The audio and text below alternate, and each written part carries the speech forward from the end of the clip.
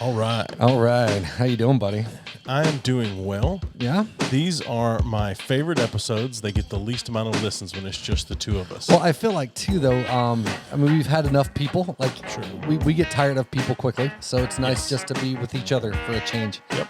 So we have a guest next week, but regardless. Tonight, I wanted margaritas. Uh-huh. So I got El Charro Tequila, 100% Puro de Agave Tequila. It is a Blanco, and that's distilled and bottled by Compañía Tequilera. Nice. De Arandas.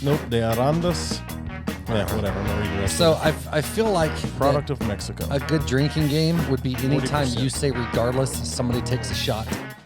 Yeah. You say regardless a lot. Or they could just take shots when they can't understand what the hell you're saying.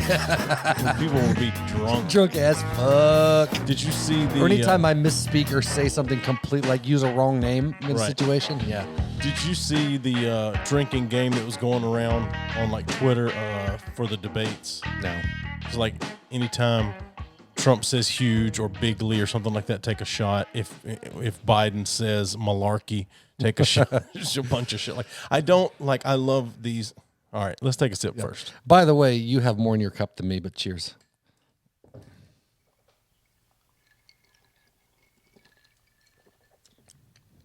Those are not bad, sir. Thank you very much. Mixed Yeah. it myself. You did? Stout. No, just a lot of salt. Well, you said a lot of salt. I did say a lot of salt. Okay. I didn't get enough liquid in proportion to the amount. Gotcha. Like the salt is caking beside my teeth. The reason that mine looks like I have more is because I had more ice in mine. So Yeah, dude. That's good. good. Thank you. We might have to stop before the break to get more margaritas. Yeah, I'll have to make some more. I don't have a Happy like a Cinco de shaker. Mayo. Yeah.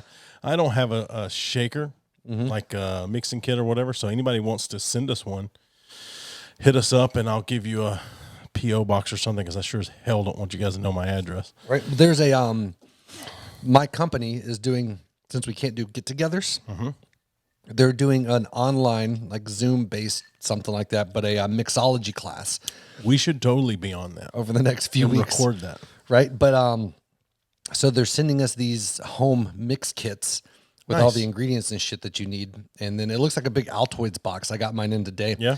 And I think this week is going to be mint juleps. Oh, Or no, interesting. mojitos. Mojitos is this week. Mojitos. Okay. But it comes with all the shit you need other than the booze. Nice. It'll be interesting to see what. Then this is for work because Right. I work for a company of alcoholics. So Right. yeah, it'll be fun. We'll see. Well, Does that say vagina that you have starred that's there? exactly what it says there. Nice. No. It looks like vagina. I would need to remember that. I would write that down. I remember that. I thought sometimes you forgot what it's like. My wife, what I do is every time Exactly. every time I shave, I glue a little bit around my hand. So Nice. So if you do that, so if you turn your hand upright with the thumbnail at the top, is that the clit, or do you turn it sideways and the little meaty part at the top of the other side? Is that the clit? what's a clip? I hear that it's an old wives' tale.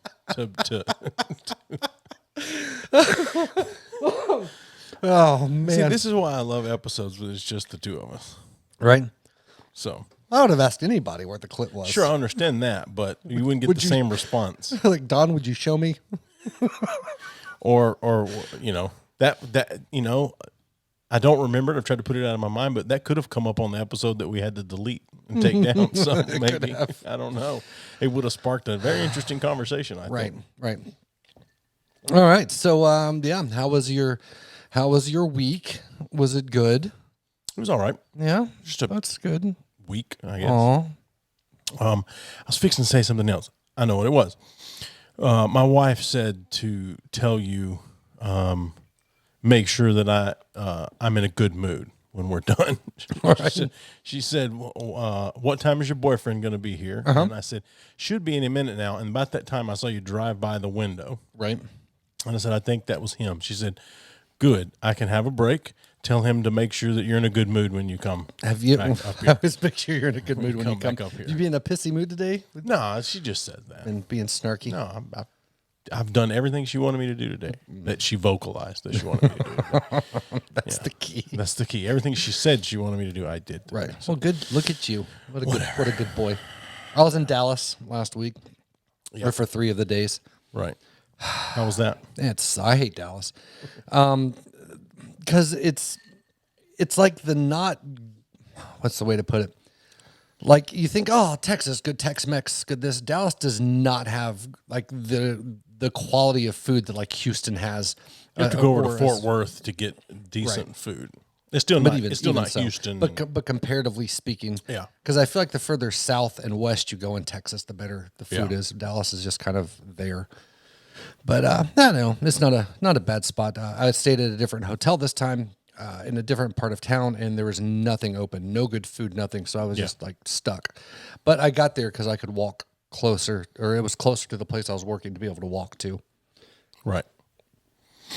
Well, it might help if I turn that shit up, huh? It's all right. I got it. But fuck. Yeah. So Dallas. Oh, but the guests we have coming on next week are from Dallas. Right. They're a Defiant Aftercare, which is a tattoo aftercare company with 2 guys. They're actually friends of Ben, is how I got connected with those guys. Okay. But they've got a bunch of big tattoo artists that I guess that they sponsor them, use their shit. That's pretty. I guess they're like the Bins of the tattoo world. Right. It seems, though, if you wanted to really live up to their name, like they would give you their stuff, say, all right, you should use this, and be like, fuck you, I'm not using it. They're sending me some. Yeah, no, I'm just saying, like, if you really want to live up to the name, you should Defiant. use it. Yeah, be like, hell no. No, I'll take this shit. Using this shit. It. Yeah. Yeah. So I can't see half of your face. Yeah. So like your right eye is blocked off. I'm mysterious. Yeah, would it help if I turn this way? No, it doesn't help because then I have to see the profile of that bird beak. I always say like my chin and my nose, they come together like a crab Shut up, claw. bird. So coronavirus has been back in the news a lot lately. News. Fake news. I will say, dude, when I was flying back this last time, there were a bunch of good old Southern boys on there talking shit and talking whatever, but goddamn it, every one of them were wearing a mask now. On the plane? Yeah. Yeah, they have to, though, right? No. Even like Knoxville does not require people to wear them in the airport. Really? Yeah. They have a suggested signs everywhere, but no mandated. Right? That's what I'm talking about. But as soon as I got on the plane, they put them on, but a couple of them hadn't. But they were like, man, I guess with Trump getting it, man, it might be a real thing. Like they were. That's funny. Man. Oh, my God. Which I thought the whole, on the debates, they asked Trump to condemn white supremacy. Right. And they specifically called out the term, the group, the Good Boys. Proud Boys. Proud Boys.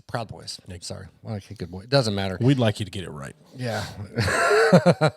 Either way, I was thinking, that is one of the worst names for a white supremacist group ever. It sounds like a gay right. Exactly. White supremacist We're the group. Proud Boys. We're men. We're men in tights. Right, but I'm just like, I don't understand. Like, who in that group was sitting around like, you know what? Let's be. It's kind of like the Always Sunny when they always had. Mac was always come up with different, very homoerotic names for their things. Yeah. Like Ass Blaster Ass 3000 or whatever it was. Right, because it really works your glutes. I missed that show. I'm ready for that to come back on. Yeah. Oh God. So I had something I was fixing to say. I can't remember. Should have written it down. Yeah, I should have. Anyway, did you watch the debate? I watched highlights afterwards. Gotcha.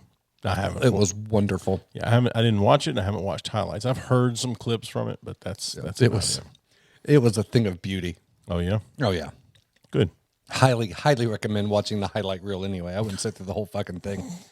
But I'm also not a person to get frustrated with the lack of, whatever, because it was a political debate. I just watched it for the fucking chaos. And from that regard, I enjoyed it thoroughly. Yeah, Gabe was pissed about it. He was like, I quit working at my house early to go home and watch it. Like, oh, it's his fault. And he's like, and I was pissed that that's the way, like this kind of, he voted in the last election. So first one he could vote in, but he was like, he kept saying my first real election or whatever. And it's his fault for being born when he was. Yeah. Yeah. But anyway. I'm assuming he's voting for this one as well. Yeah, Voting on this he's one going to coming vote. Yeah. Yeah. Very, very pro-Trump, your son. Very pro-Trump. He is a proud boy. Is he a proud boy? Well, I mean, he's a sad proud boy, but yeah. Proud, sad boy. But I feel bad for anybody that had like a Proud Boys podcast that had no affiliation with the group at all. That would be so funny. Oh my god, that would be, we should change our name, the Proud Boy. Our listenership would probably go up. It would. Not quite the demographic we want, but it's a demographic that we would accept. I don't care who listens. Exactly. Why would you care who listens? I don't care who listens. I mean, that's how we got in this position in this country. As long as you don't let the people listening that you don't agree with or whatever sway what you do and what you say and your opinions on things, then fine. Who cares? Yeah. I mean, like I'm pretty sure that there are plenty of racists that watch some of the best TV shows ever. I'm pretty sure there are racists that watch The Office. Now they probably watch episode 2 of season 1 on repeat, but right. But yeah, I don't know, whatever. I wonder if any racists were a big fan of the Cosby Show. Maybe. And the whole time they were watching was just secretly rooting for Cliff Huxtable to get arrested for malpractice. I bet they didn't. I bet you what they were going to. I bet he didn't even have a real degree. No, I bet you what they were saying was, well, why can't they all act like that? That's what I would venture to say that they would say. Thank you. I'll be here all week. Oh, and with that, we're done. I don't know. That's just. I don't know. That's. Oh man, you damn right. You don't let that boy have that earring. Yep.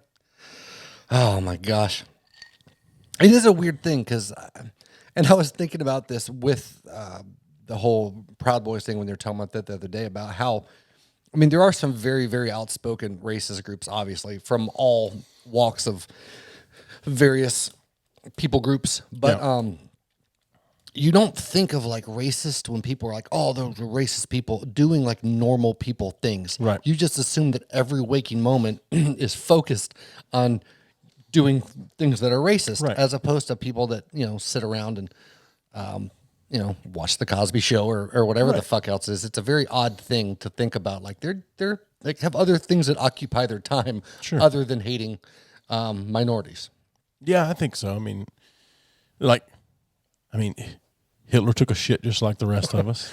Wasn't trying to go back to that. Well, no, but I mean, you might as well throw out what most consider the epitome of racism. Right. I don't know. It's a very odd thing. Whatever.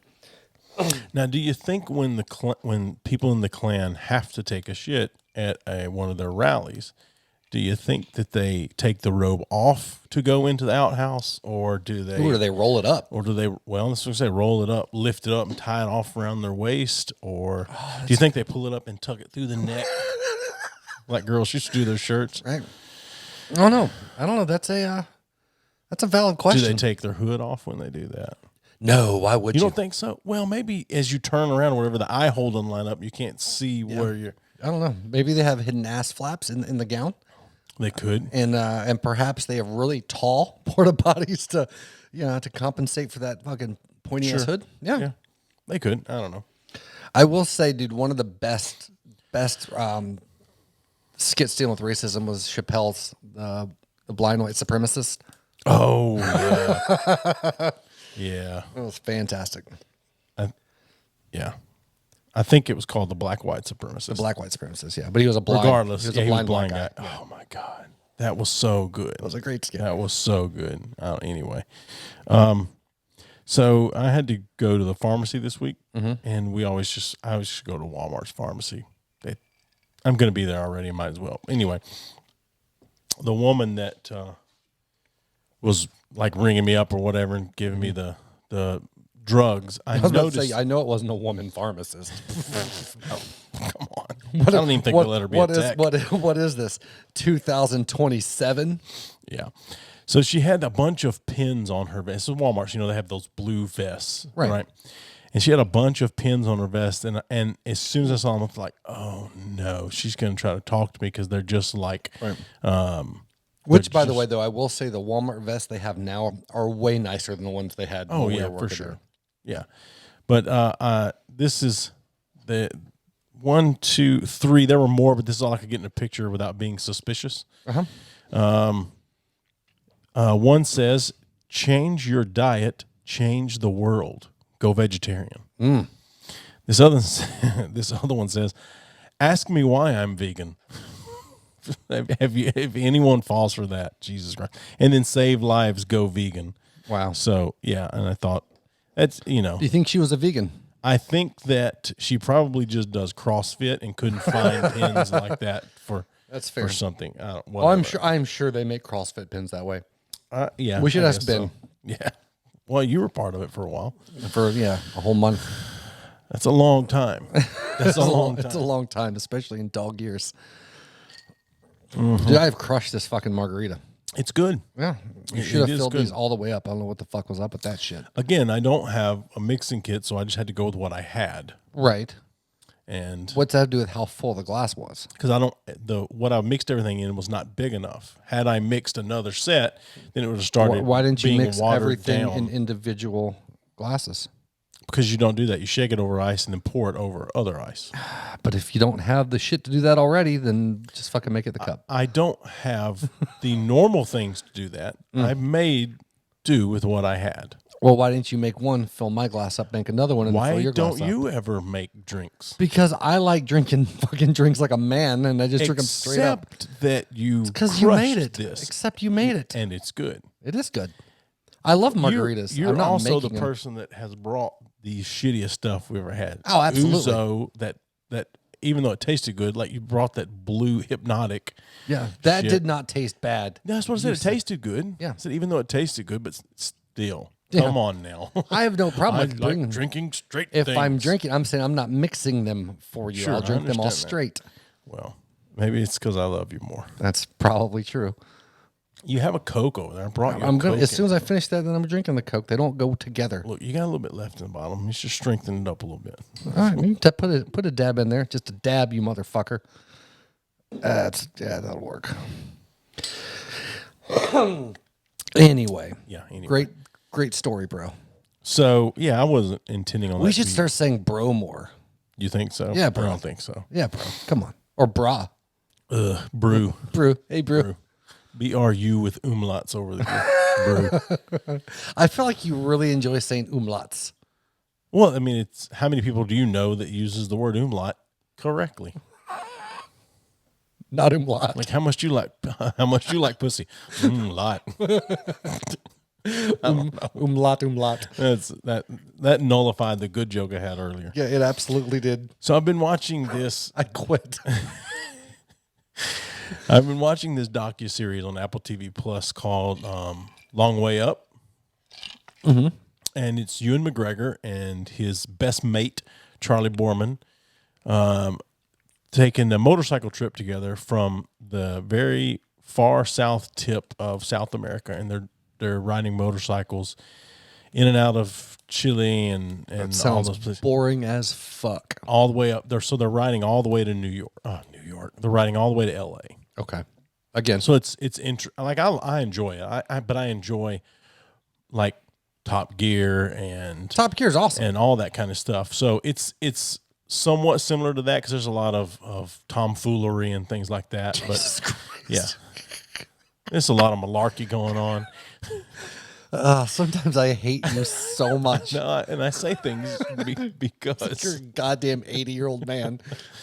A lot of grab-assery. Grab-assery is way better than tomfoolery. Anyway. Who was Tom anyway? Well, he was a fool. He was a fool. But anyway, so I had heard an interview with him months and months ago talking about this docuseries that's coming out, and he talked about they had done it before. Well, I guess Long Way Up has gained some popularity on Apple TV Plus because now they've put the previous 2 motorcycle trips that the 2 guys have done on there. So I've quit watching the most recent one and went back to the first one. Mm-hmm. It was in 2004, and it's called Long Way Around, and they rode motorcycles all the way across, all the way from London, all the way up into Russia, down into Kazakhstan, Mongolia, all the way around. They're taking a plane to Alaska and then down and across the United States to New York. So they're riding around the world. And again, it's interesting. It's funny sometimes See, I don't find Ewan McGregor interesting enough to watch him do anything. Really? I like Ewan McGregor. I'm not saying he, as an actor or whatever, but I don't care anything about I like him a lot. Well, good for fucking you. I don't know, dude. Like, I just don't get into shows like that. Like, I love motorcycles. I like road trips. Like, watching celebrities on road trips is not something that appeals to me. It depends on, like, I don't care anything about watching the late night guy do carpool karaoke with people. He's not really driving in that. I understand that, but no, I think he is driving. No, he's not. Okay. It was proven. They read an article. That's fine. I don't know. I don't care. Yeah, no. I don't care enough to go find that article and read it. Right. You want to make fun of what I'm doing, and you're going and trying to find articles. I know. I didn't try to find anything. No, I did not. But you read it. Yeah, I did read it because it was coming up in my news.google.com feed. It was a while ago. Okay. Yeah. Well, regardless. Because people were very upset when they found out that James Corden wasn't actually driving. James Corden, that's his fat name. Yeah. Gotcha. It's a fat guy name. A little bit, yeah. Yeah. Yeah. James, not so much. Corden. Those two together. You put them together. Yeah, those two together. Yeah. Very much so. Well, whatever. Anyway. I made the comment on Instagram the other day. I know we've talked about this on the podcast, and maybe not compared to how I was a few years ago, but you can see me getting progressively fucking chubbier. Ever since March. Each week, yeah.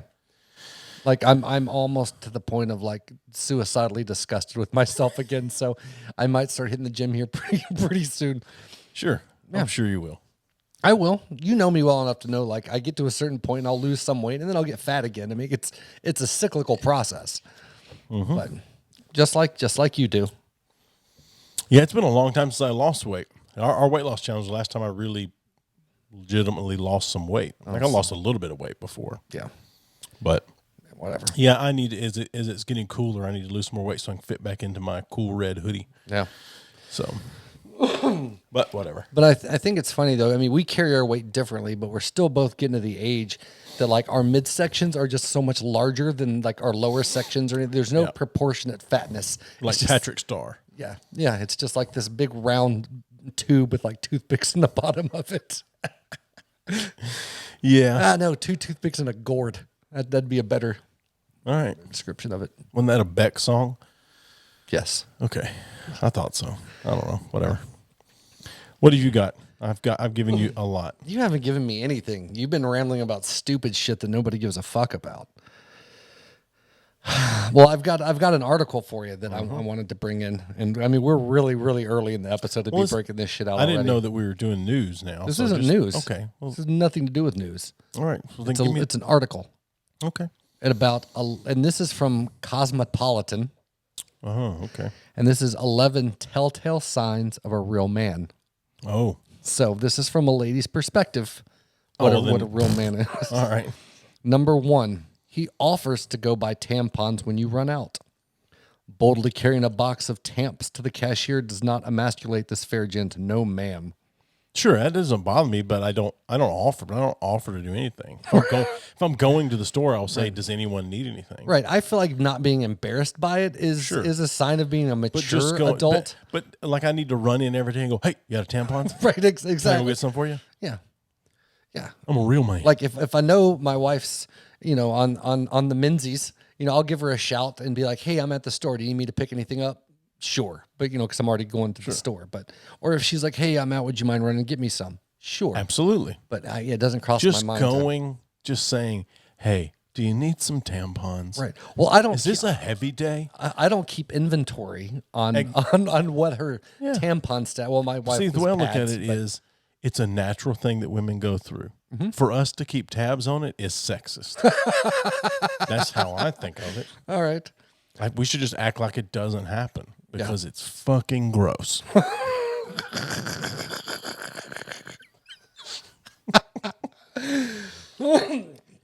Well, that's the thing. Like, people, it's gotten so mixed up with shit because, like, periods are fucking disgusting. I'm not grossed out by them, but conceptually, fucking periods are gross. So is fucking cum. That's what like, I'm saying. Just blowing out of your fucking... Dicks are gross. Yeah, dicks are gross. So ugly. Yeah. Oh, my God. It's God's joke. Yeah. It's like, well, we're going to let you dominate the planet, but we got to give you something to make fun of. So here's this dangly thing. Okay, number 2. He makes eye contact with kids and is sometimes even kind to them. Hold on a minute. Eye contact is more important than being kind. It should be he's kind to kids and sometimes makes eye contact with them. That also could read really It weird. could, yes, it could, but still, it's more important for you to be kind to someone that you don't make eye contact See, with. a good test to know if you're with a real solid dude, all capitalized with the R, the S, and the D. Take him out to a restaurant at 5 p.m. where there's sure to be families with little kids and watch how he interacts with a toddler seated at the table next to you. If he runs and screams, he's not a real man. If he smiles at the kid, he checks out. If he runs and screams about anything except spiders, then he's not a real man. No, I mean, if he runs and screams about anything, then fuck it. I think though, Not literally. which I don't understand that, because if I'm sitting there, like, I can be cordial, but if they have a screaming kid, I'm gonna be like, what the fuck's wrong with that little kid? Sure. You know, like, that's, and I'm not gonna look at him and be like, oh, he's a little baby. I'll stare at him with fucking death eyes, like, you better sit the fuck down, you little shit. Yeah. Number 3. He treats your orgasm like it's important and not just a fun hobby for your vagina to occasionally dabble in. Jesus Christ. When you two have sex, he does foreplay. Amazing. He asks what you like and what you need him to do, almost like you view sex as pleasurable activity for all involved and not just himself. Was it a 16-year-old that wrote this? Because just the line, he does foreplay, sounds weird. That just sounds No, weird. this is, a lot of this is fairly common, like, you know, like It's 20s. a 60-year-old woman, isn't it? 20s, you know, whatever. Anyway. Yeah, when you do foreplay. Do you do foreplay? Yeah, I do foreplay. I do foreplay. Number 4, he's never once taken your phone to peek at who you're texting and Snapchatting. Okay. I would say that that's a more female thing to do. Right. A surefire, I don't know. I know some fucking... No, I know some guys too, but I know way more females that do A that. surefire way to know if he's a real man is to leave him alone in a room with his partner's phone. If he doesn't pick it up and snoop, he's a thoroughly solid dude. That is bullshit. Yeah, that doesn't mean you're a solid dude. It just means you either don't care or you are secure enough and know you don't really have anything to be concerned about. Right. Or you already said okay. But like, what kind of fucking like spider web test is that? Like, I think he might be stupid. I'm going to leave this out here. Right. But also, and this is not popular nowadays, but if you're in a serious relationship and as a lady, you're Snapchatting a bunch of other fucking dudes, like, you probably are the one that needs to evaluate some shit. Absolutely. And vice versa. Yeah. It goes both ways. If you haven't given him a reason to be concerned, unless he's just a dick anyway, Right.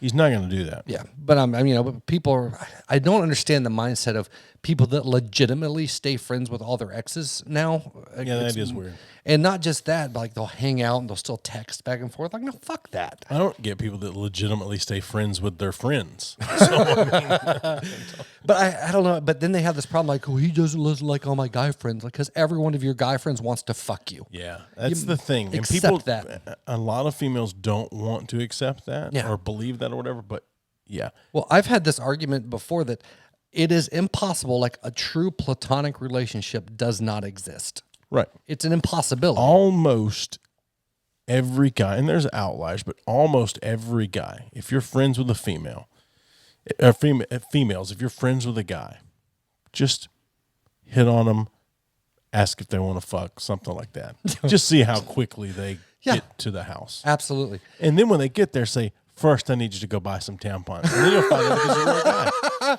Well, you also have Have too, a kid there waiting to look him in the eye. But even the other way around, like, one of the people is always interested in the other person, hands down. And usually it's the other way. Usually it's the dude. I don't know that I necessarily agree that they're interested in the other person, but they definitely haven't closed the door on it. Right. Well, no, by interest, I mean, usually, like, if a girl's long-term friends with a dude, Yeah. there's some, like, I wish that he was blah, blah, blah, blah, blah. I mean, there is friend zone stuff, but I'm just saying. But usually it's the other way around. Usually, like, the dude will bang you in a heartbeat. Absolutely. Yeah. So So I don't believe there's truly, unless, not counting like if you're best friends with a gay dude, because they're not interested, whatever. Sure. But I knew a gay guy that me and a couple of people were like, I think he is putting on a show because these women open up to him and let him go in the dressing room with them and stuff like that. And he might be, but I'm just saying. Yeah, whatever. More power to him. Right. You know, if sucking a cock means you get to see a bunch of women, All right. So number 5, he doesn't make a whole fuss about things when you go out with your friends. A phony dude would definitely blow up your phone all night to check in, aka make sure you don't have any time to make out with a rando, but a real man respects you and trusts you enough to know what going out with your friends isn't girl code for going out to get lured by men and hook up with the first one I see. So in other words, dude making a big deal about you going out with your friends. And that's just a clingy asshole one way or the other. Sure. But that goes both goddamned ways. It does. I've seen so much. But this article is about real men. I know. I just find the hypocrisy in it funny. I just think it's funny is like if a man wrote an article saying how to know if you're with a real woman. Right. Well, there's plenty of those.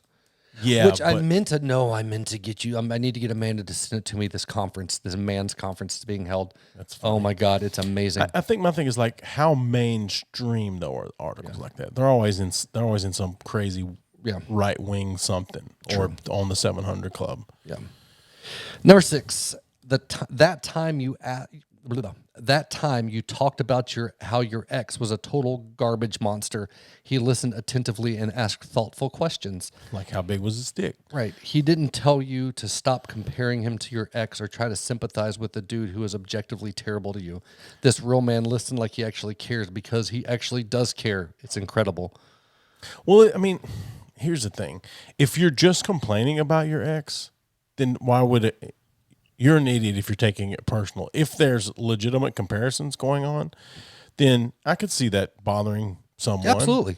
But here's the thing is, why would anyone, male or female, sit around with their significant other and talk about their ex? Yeah. Well, they're talking about early stages of dating, I think. Okay, but still, I know. If you're dating, that's why you have friends. Right. Maybe. No, I agree, but I mean, it comes up, and I get that. It's different than me and my wife talking about someone we dated in high school that was 20 some odd years ago. Well, no, I guess what I mean is like, to me, it makes sense to talk about an ex or talk about whatever if it's applicable to if you have a bad reaction to something the other person does. Sure, absolutely. And then you'd be like, I'm sorry, I'm used to this, and then you can talk about that. But just to bring the shit up, like my ex always did this, like, fuck, no, I don't want to know that. I don't care.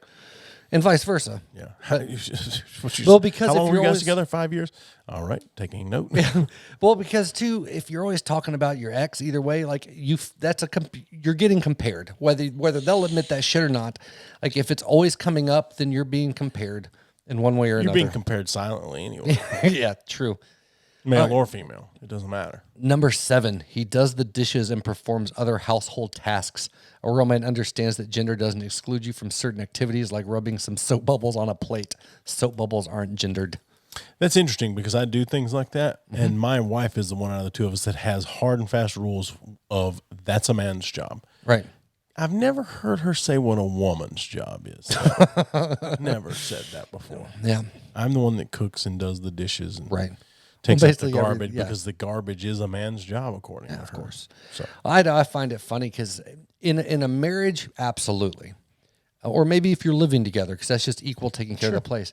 But if I'm just dating a girl, I'm not doing her fucking dishes at her house. Fuck that shit. If I help dirty them up because we had dinner there, sure. Yeah. But I'm not just going to show up, after work or hang out. And I see watch, dishes in the sink. Reruns of Friends and be like, oh, those dishes are dirty. I can't watch Friends with you until I do your dishes. Yeah. Or let me vacuum your floor while I'm over here. First off, what kind of person lets someone come over fucking... with a sink full of dirty dishes? Unless you're going to, if maybe you have a real man and he's going to come do it. I don't know. This is true. That could be the case. I don't know. This one's one of my favorites. Number 8, he does not hog. Oh, we're only at number 8. How many are there? There's 11. So we're over halfway. Number 8, he does not hog all the sheets and blankets when you sleep in the same bed.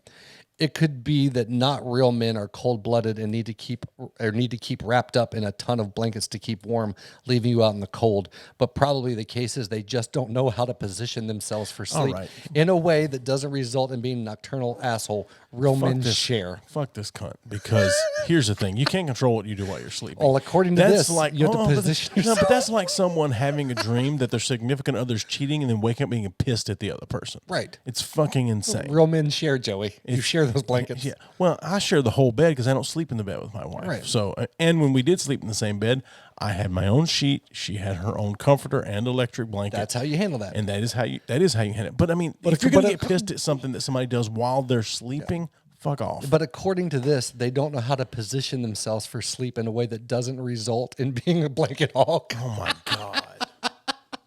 That's the one I was waiting on. Come on. Are you a nocturnal asshole? I don't know if I am or not, because again, it's been a while since I've slept in the bed with tapping my that wife. nocturnal asshole. Yeah, for real. Yeah, I think it's funny. Yeah, I think it's funny. Because I'm not too bad about it. Amanda's not either, but every now and then, if she gets really cold, I'll wake up. Honey, I got a little bit of sheet. And it's annoying, but I'm not like, God damn it, she's such a bitch. She's taking all the fucking blankets. I mean, evidently you should be. Right, You're not married to a real woman. Right? Like, get another Jesus fucking blanket. Christ. Anyway.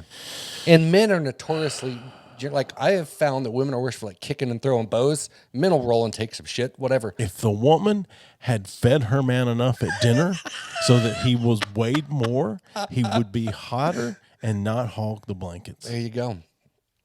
Number 9, when he Maybe says... she should knit some bigger sheets. Number 9, when he says, I'm a feminist, he doesn't say it because he loves his mommy. He says it because he's gay. A real man doesn't need to acknowledge the fact that he sprang out of a woman's womb in order to justify his belief that people are equal regardless of gender. In all fairness to this one, I have known many a dude that are fucking misogynist assholes. Absolutely. But they'll call themselves feminists because they have a mother. Yeah, like, I'm I get sitting that. across from one. You're sitting across Fuck from you, one, dude. according to what most people probably think of us. Mm-hmm. Oh, my God. I'm way more of a feminist than you are. Here, to quote the Apostle Paul.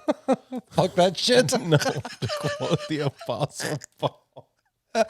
Live it daily, and when necessary, use words. Okay. People should know you're a feminist by the way you act, not by what you say. Yeah, that's true. Number 10, he doesn't call any of his ex-girlfriends crazy. Some guys are quick to say that all of his exes are crazy, and that's why he is no longer with them, not because they found him he sucks and rightfully dumped him. But a real man will be honest with you and say why the relationship ultimately failed, and also he won't talk shit about someone once they very much liked. But what if she was crazy? Right. Yeah. Well, what I find is funny is they put that on 10, but up just a few ago, they said they won't, they'll listen when you talk about your ex when they were a monster to you, which is the equivalent of like what usually women will say, and a lot of times about he was a fucking terrible, he was an asshole, he was a monster, whatever, which some might be are, but it's the dude equivalent to crazy, in my opinion. Mm-hmm. Anyway. Yeah, but what if she was crazy, like full on, whatever? What if she had to be committed to a mental institution? That's why you guys broke up. Yep. You just couldn't handle a long-term relationship. And number 11, this one's my favorite. He cares about the things that you care about. Okay. When you ask to watch a movie that you like or talk about a cool project you have going on at work, he listens. This is the best and most accurate way to tell the difference between a phony and a real man. Fake men are incapable of actually seeing you as a complex and nuanced human being, but real men don't write you off as less important because you're just some chick. A real man would never call you some chick. I mean, they probably would at the beginning of a relationship. Who were you with last night? Some chick I met at the bar. Yeah. Well, what I find funny about that one specifically is because why do you expect someone to care about the things you care about? Like, you can respect someone and take an interest in who they are and not care about the shit that they're doing. Like, you care about the person, and so therefore you at least show an interest in that shit, but that doesn't mean you fucking care about it. Sure. I don't know. And I don't know. Like, that instead a fake dude won't know. It's like, no, a dude that's fake will know how to mold themselves to get that fucking pussy. Well, I mean, like, It's got nothing to do with it. Like, I care about whatever my wife's going through as far as like how it affects her and things. So I listen when she talks about shit going on at work. Yeah, that's it. Because I care about. I mean, it's not to say that there's never been times when she's telling me shit and I'm thinking, oh my God, I don't fucking care. Exactly. Or I'm thinking in my mind, just tell that bitch shut the fuck up. Not my wife, but whoever she's talking about. Yeah. Like, what did Chris Rock say? Every once in a while you got to throw in, that bitch crazy. So. Yeah, no, I agree. And like I said, I care about Amanda, so I care about her, and I want to hear about the things she's going through or participating in, and I'll support those 100%. Right. That doesn't mean I necessarily get them or they're important to me, but she's important to me, so, whatever. Anyway, I just find it, I find that perspective funny because I know plenty of fake dudes that will check all those fucking boxes just to get up in that shit. Oh yeah, for sure. Yeah, absolutely. And that's why those type of articles are terrible. Now, I would say a lot of those, if those things are sustained, is a better gauge. Not all of them, but some of them are a better gauge of if it's a quality guy or not. But in the beginning, the first few weeks, he'll have every one of those fucking things every time. Yeah. It's kind of like it's kind of like getting your dick sucked before you get married, right? If you're newly dating a guy, and you're walking down the street, and every kid that walked by, he stopped and looked at me, and I was like, I see you and I hear you. You would think this is weird. Yeah. Or if every time he came over to your house, like, do you need tampons? I can go get you some tampons. So where's that? You said that was in Cosmopolitan? Yeah. All right. If there happens to be a female listening to this, and you want to not necessarily argue, but give your side of that, maybe we don't understand it because we're not women. Maybe that woman is saying something completely different. Although women rarely say one thing and mean something different. So, do you know how many grammatical errors were in that article? It was painful. There was probably a male editor. That fucked it up. What I find funny right now is, in any, I don't know, it's like there's certain types of articles that are acceptable to push, kind of like what you alluded to earlier. Yep. And now, trying to think of how to word this the right way. Not because it's sensitive. I just garble my shit, and I want to say this cohesively. But like it's become very acceptable to either attack or to criticize a certain type of masculinity. But all other forms of femininity and anything that doesn't fit into the feminine definition of masculinity is very much, that's the only type of masculinity or the only type of masculine or femininity that's allowed to be criticized. You lost me somewhere in that. Okay, so you had me, and then all of a sudden I went around in a circle. I knew I would. So there's a small pocket of masculinity that's deemed toxic masculinity that's okay to speak. I don't consider that. I don't think it's a small pocket of it, but that's fine. No. I mean, I'm saying that's the only type of masculinity that's viewed as negative. Oh shit. I confused the fuck out of myself. So let me go back. So you have all these articles. It's okay to write X, Y, and Z equals man if it's coming from a different perspective, but have a man article about, hey, this is what masculinity is, then it becomes toxic masculinity. Sure. And you can't criticize anything outside of that masculine pocket. You can't criticize femininity. You can't criticize fluid sexuality. You can't criticize any of those other things. Sure. You can only criticize core traditional masculinity. That's what I was getting at. It's funny to me that there's only that small pocket that's acceptable to criticize. Everything outside of that pocket is off limits and considered, toxic to criticize that. That's what I was getting at. I explained that. I started off really well and then just derailed shit. You took the long way around. I took the Joey story. Sure. For that. But anyway, like if you had like a male written article now, like in a mainstream magazine about how to tell if you're with a real woman, like for the most part, it would tank.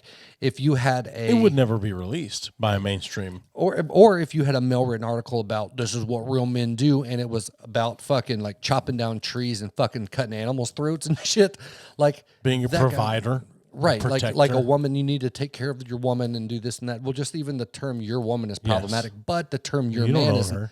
But the topic, the phrase "your man" is not. I find that interesting. I'm not bitching about it. You find it interesting? I do find it interesting. It irritates you. It's not that. Yes, it does. I do like fairness. Mm-hmm. Like I'm fine if there's a rule if there's a rule made. That's why we're friends, because it's fair, because I'm funny and you're cute. Sure, it balances. I'm just saying, like, if there's a rule made, then as long as it's that rule and that's how we handle it across the board for everyone, then fine. I'm fine with that. But that's not bad, straight up. Okay. So I'm fine with that. It's double standards. Interesting is a different.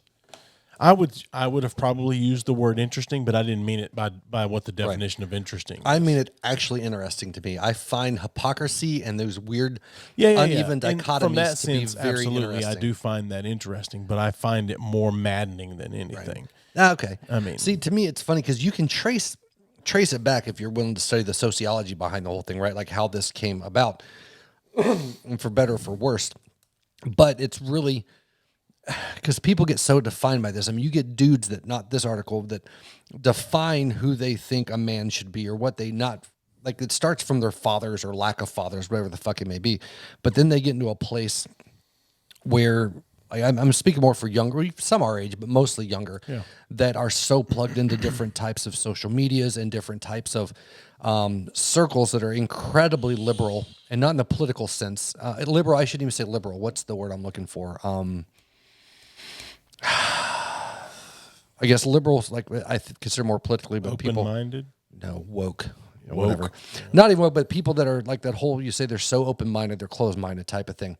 And so they start adapting, okay, well, this is what the expectation of being a man or being whatever the fuck it is. So they define themselves by this, the same logic, by what they think a man should be based on what other people are telling them, as opposed to just doing what the fuck they feel like they should be doing.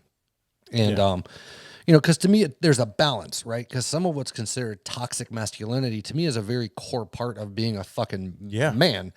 And there's other parts I can see carried out. No, hold on. I can see where carried out to their logical, not even say logical, but a logical path, it can become toxic. Like I get where some of that's coming from. Like a believer that men should be strong and powerful and defend and whatever, that can become this over-aggressive, my possessive thing. So I get where the end point they're coming from, but it's throwing the baby out with the bathwater. Yes, absolutely. Right. I don't know. It's in all species, especially mammals, the spermatozoa producing, because you can't say male anymore because there's that's a social construct. Right. The spermatozoa producing gender of not gender, all biological sex. Sure. Of all species, but especially in mammals, that sex always once they hit a certain age, they start engaging in rough play. Rough housing, horsing around, whatever you want to call it as a person or whatever. And that is considered, because there was a commercial a year or so ago about toxic masculinity. It was like a deodorant company or something put this out. And one of them is like two kids rough housing in the yard. And it was like, whoa, that's not how we solve our problems. Like, no, it kind of is the way you solve your problems, because you learn a hierarchy, but you also learn what is taking it too far. Right. I mean, young kids have to learn that. Putting kids around each other, they're going to fuss and they're going to fight with each other, whatever, but that's how they learn what they're just playing around. Right. But when one gets hurt or when they get hurt, then they learn where that line is, where that limit is. Okay, past this, I'm not playing anymore. I'm hurting someone. Right. And that's an important thing to go through. Or vice versa. After, they might not realize it when they're hurting somebody else, but when they get hurt, it's like, oh, okay. Yeah. I get it now. Absolutely. Yeah. It's... I don't know. See, that's interesting to me that all of the male sex of the species do the same types of things. Right. And, it's even outside of that. I mean, just because people want to completely throw out like biological wiring. Sure. And lack of a better term, that, more testosterone and body chemistry goes down this road. Yeah. And then this chemistry and body makeup goes down this road. And instead of basically cutting the other one off at the knee, say, well, this, you need to get rid of this and start doing this, instead of like saying, well, one's bad and one's good. Like, they're both can be good and bad. You find the balance between the two.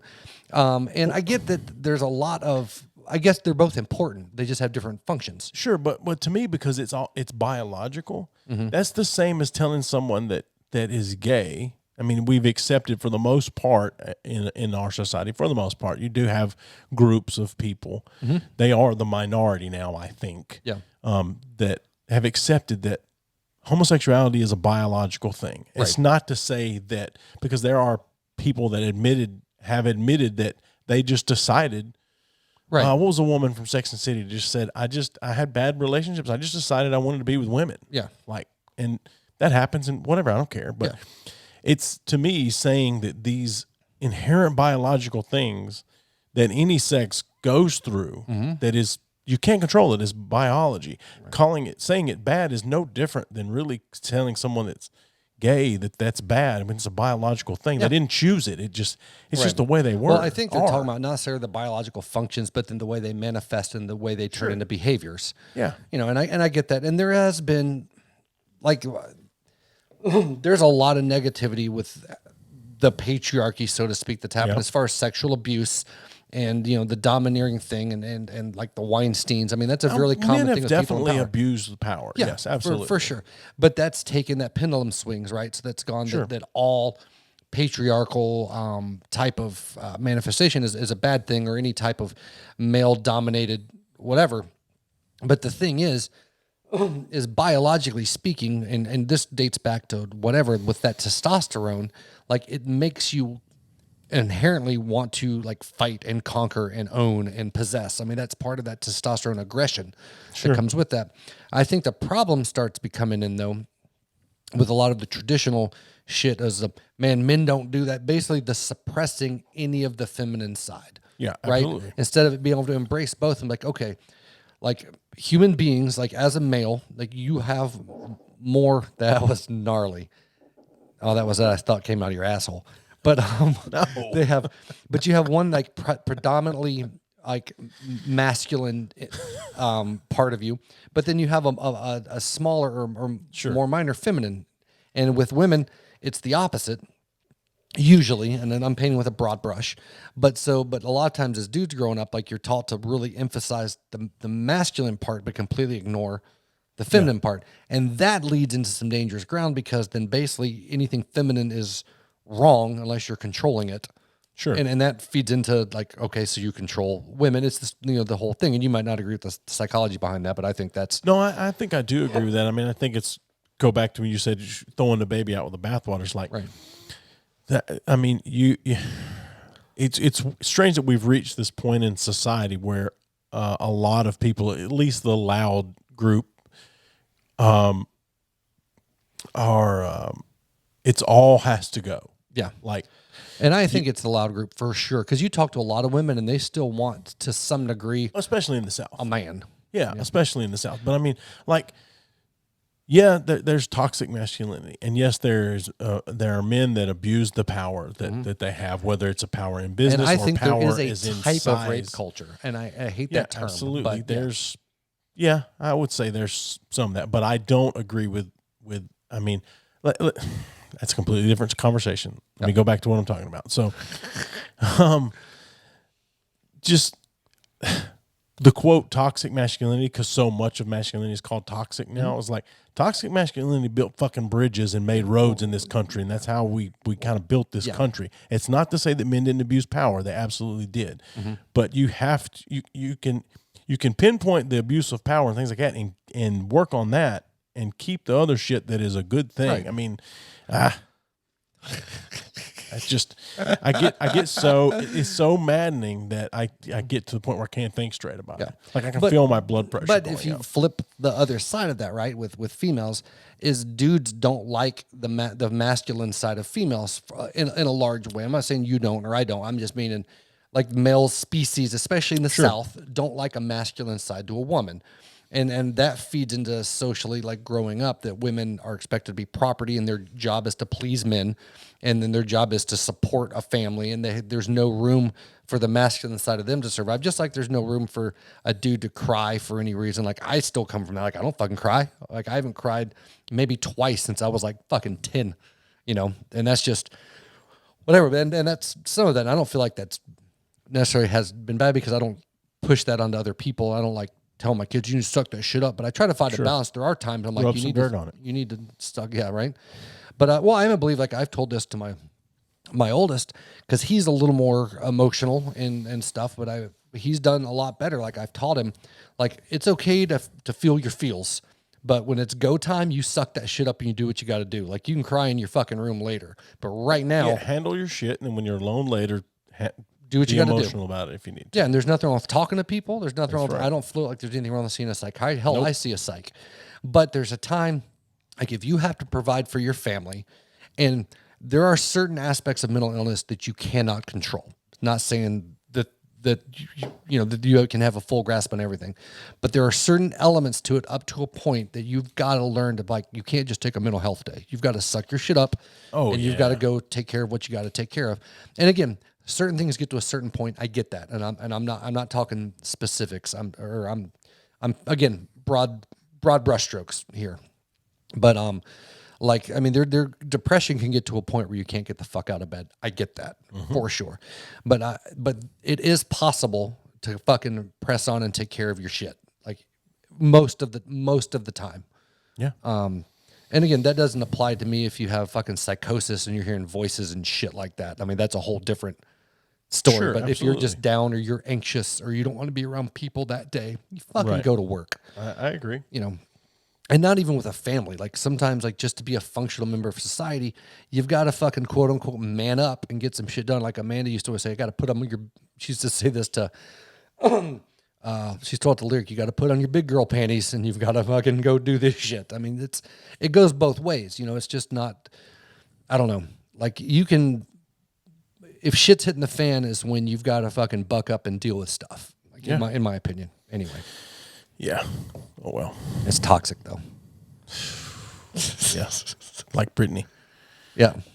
I don't know. You want to take a break, buddy? You need to No, let your I'm good. blood pressure drop? No, I'm that was fine. the main thing. I figured that list might get you a little riled up. Like, at least lead into that. No, it's just... How is that journalism? Oh, it's not. It's cosmopolitan. Okay, but it's still, you know...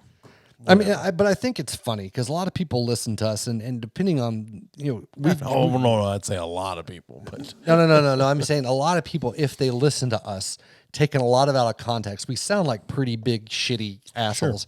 Sure. Especially when we joke about stuff, but that's where we came up out of, so it's easy to laugh at. But like both of us are judge married, intention as well. Right, but I'm just saying, but like both of us are actually married to very strong fucking women that aren't going to put up with any bullshit. Yeah. And it's funny that people would hear us talking like those are just a couple misogynist dicks. I'm like, no, my wife would kick me in the balls in a heartbeat. I mean, I worked with a guy that told me the only reason I married my wife is so I could oppress black people.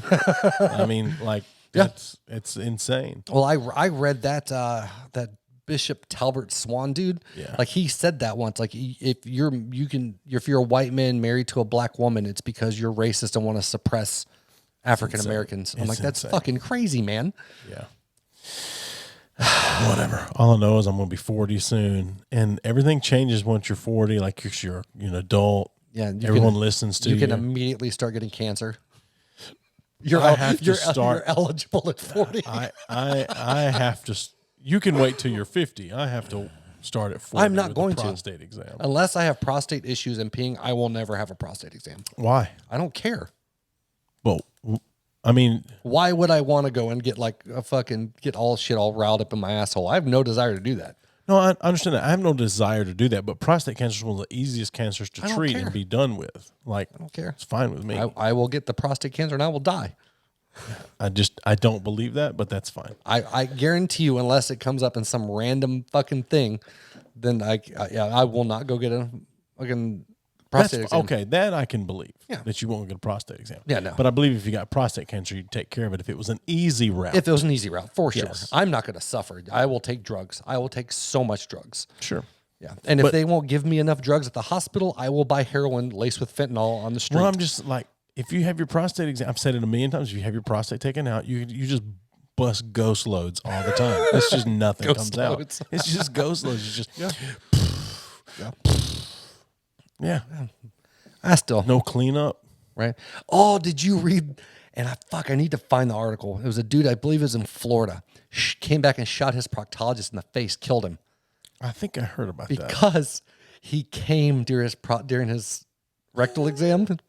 Which I gotta find after the break. I'm gonna find this and I'm gonna read it to you. It is it's fucked up from the guy got killed, but the story itself is so ridiculous. So I will find it and we'll read it. Do you have news today too? No. Okay. I mean, I think I didn't prepare anything, but I may have some old stuff. All right. No, I'm good. No, this is gold. Fucking gold. Fine. Let's take a break. All right. Hey, everybody. We'd like to take a minute to tell you about a really cool podcasting app called Stitcher Premium. Yeah, Stitcher Premium is, like you said, a free app, and they've got everything you could look for: true crime, comedy, pop culture, The Office ladies. I think Conan O'Brien's podcast is on there. There's lots of things on there. And archives of all those things. Oh, yeah. And smart lists. Yeah, the smart list. That's what I was about to say, you fuck.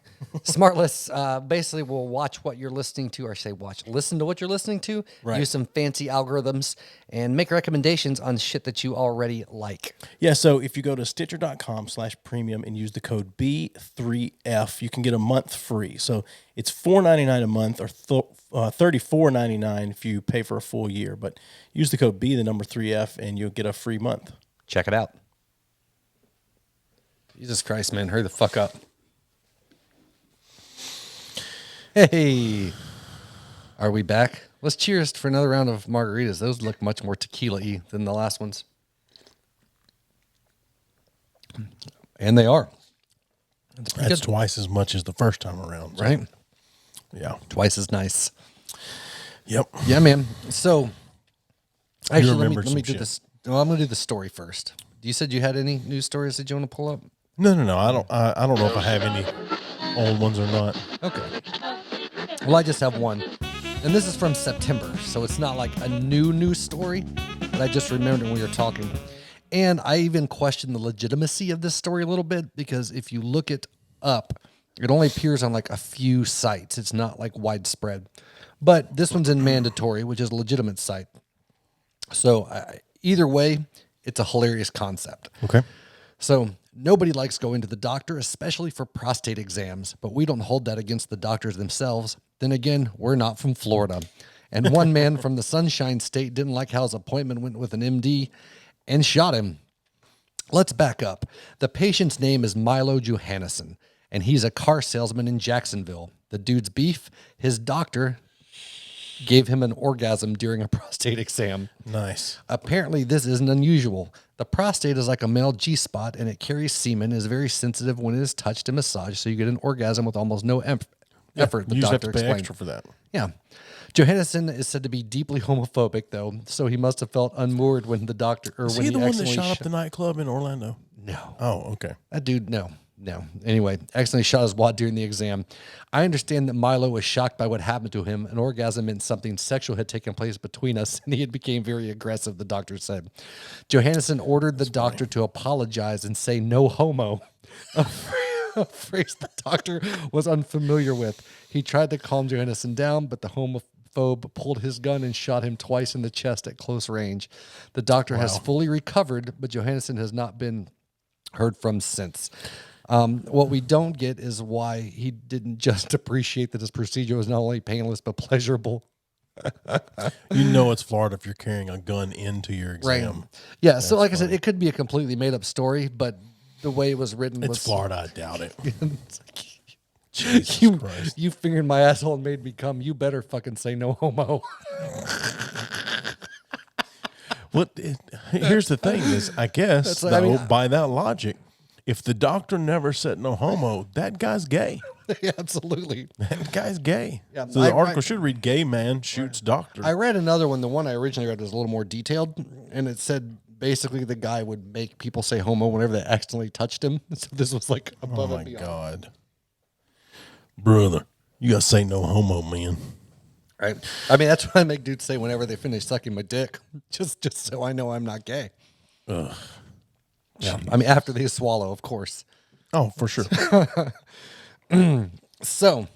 Otherwise, it doesn't sound quite right. Right. Oh, so what I was meant to talk about last. No homo.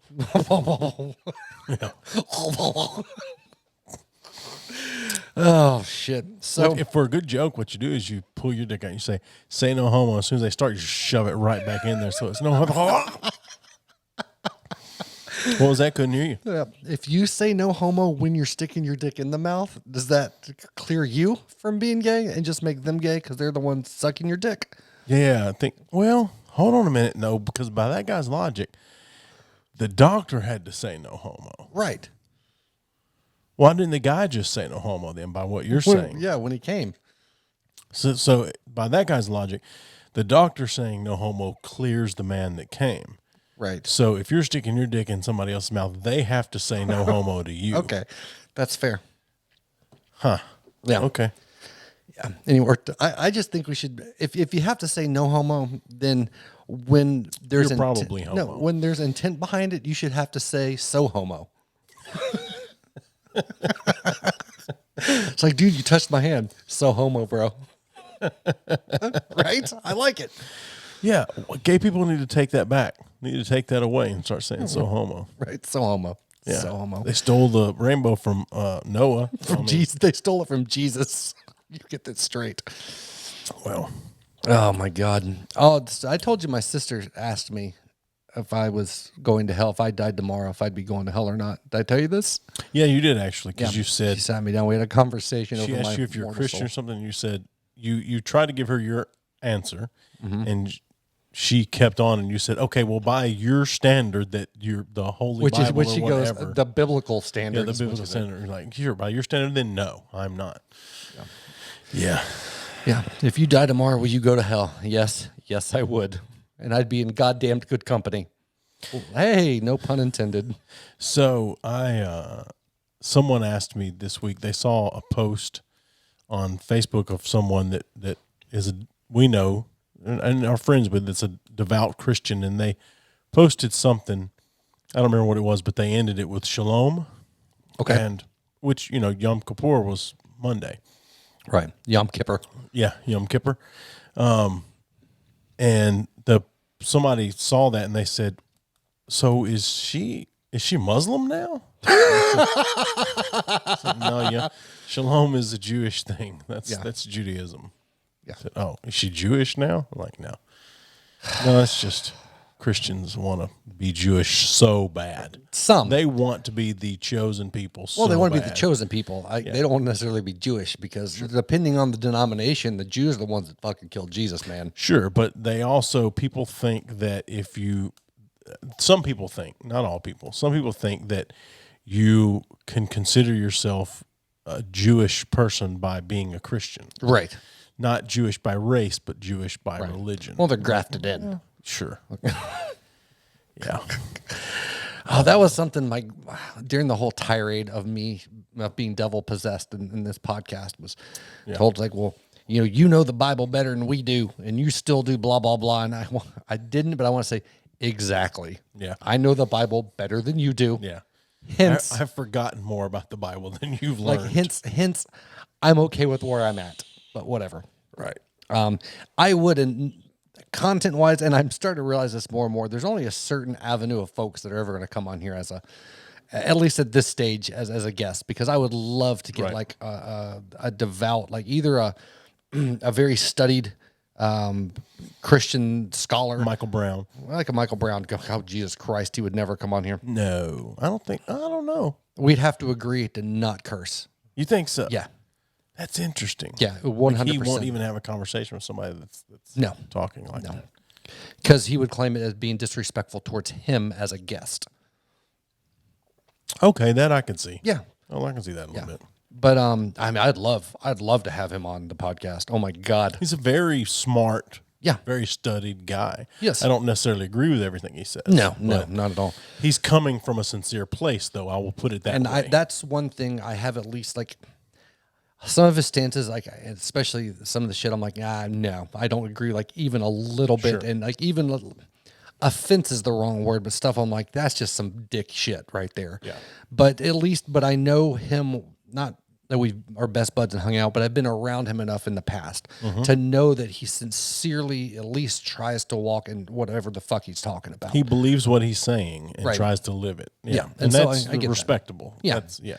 Anyway, but yeah, any type of like scholar, I'd like to get like a legitimate psychologist or psychiatrist on here, like some shit like that. It would be so fucking to have better conversations than just our bullshit opinions. Yeah.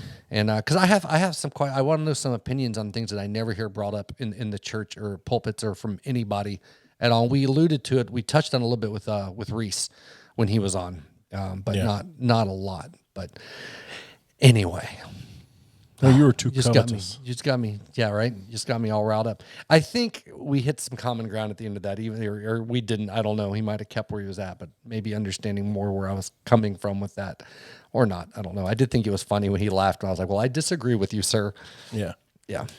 Yeah. Well, Yeah. I mean, I think maybe he just read your number and you weren't expecting that. I don't think you read my number at all. Of course you don't. No. I understood what he was saying, but I feel like he misunderstood where I was coming from with the statements I was making. I got you. Yeah. All right. But I fully get what he was saying, and Yeah. and there was a time that I believe that would have been probably correct, but in my younger years. But really, it's an acknowledgement at this point that I truly realized that like the shit I have to complain about. I mean, as he said, my story's my story, and it got me to where I am. But it's the same way I feel like everybody. And I mean, people that are billionaires, like they have struggles and they've overcome shit to get to where they are. But unless they've been fucking starving in a gutter in Africa, they don't have a lot to fucking bitch about. Right. You know what I mean? And that's where I'm. Everybody's got problems. More money, more problems. You know what I'm saying. But yeah, I mean, everybody struggles with the same like emotional shit and relational shit and whatever. But most people haven't been burned with cigarettes or fucking lived in a box. You know what I mean? And if you've overcome that shit, then fuck yeah. Anyway, so what I meant to talk about, because it's fucking October now. Are you like doing the scary movie thing? Are you a horror movie fan? Like, I like a good horror movie, but I don't feel like there's been a good one in a while. Really? Like, It Chapter 1 was all right, especially as a remake. It was all right. I haven't watched Chapter 2. I heard it wasn't very good. I thought it was better. Really? You thought it was better than one. Chapter 1? I've heard the opposite from everyone I've talked See, to. I didn't think I didn't think it was the remake was that great. Like the dude they cast, I can't remember his fucking name.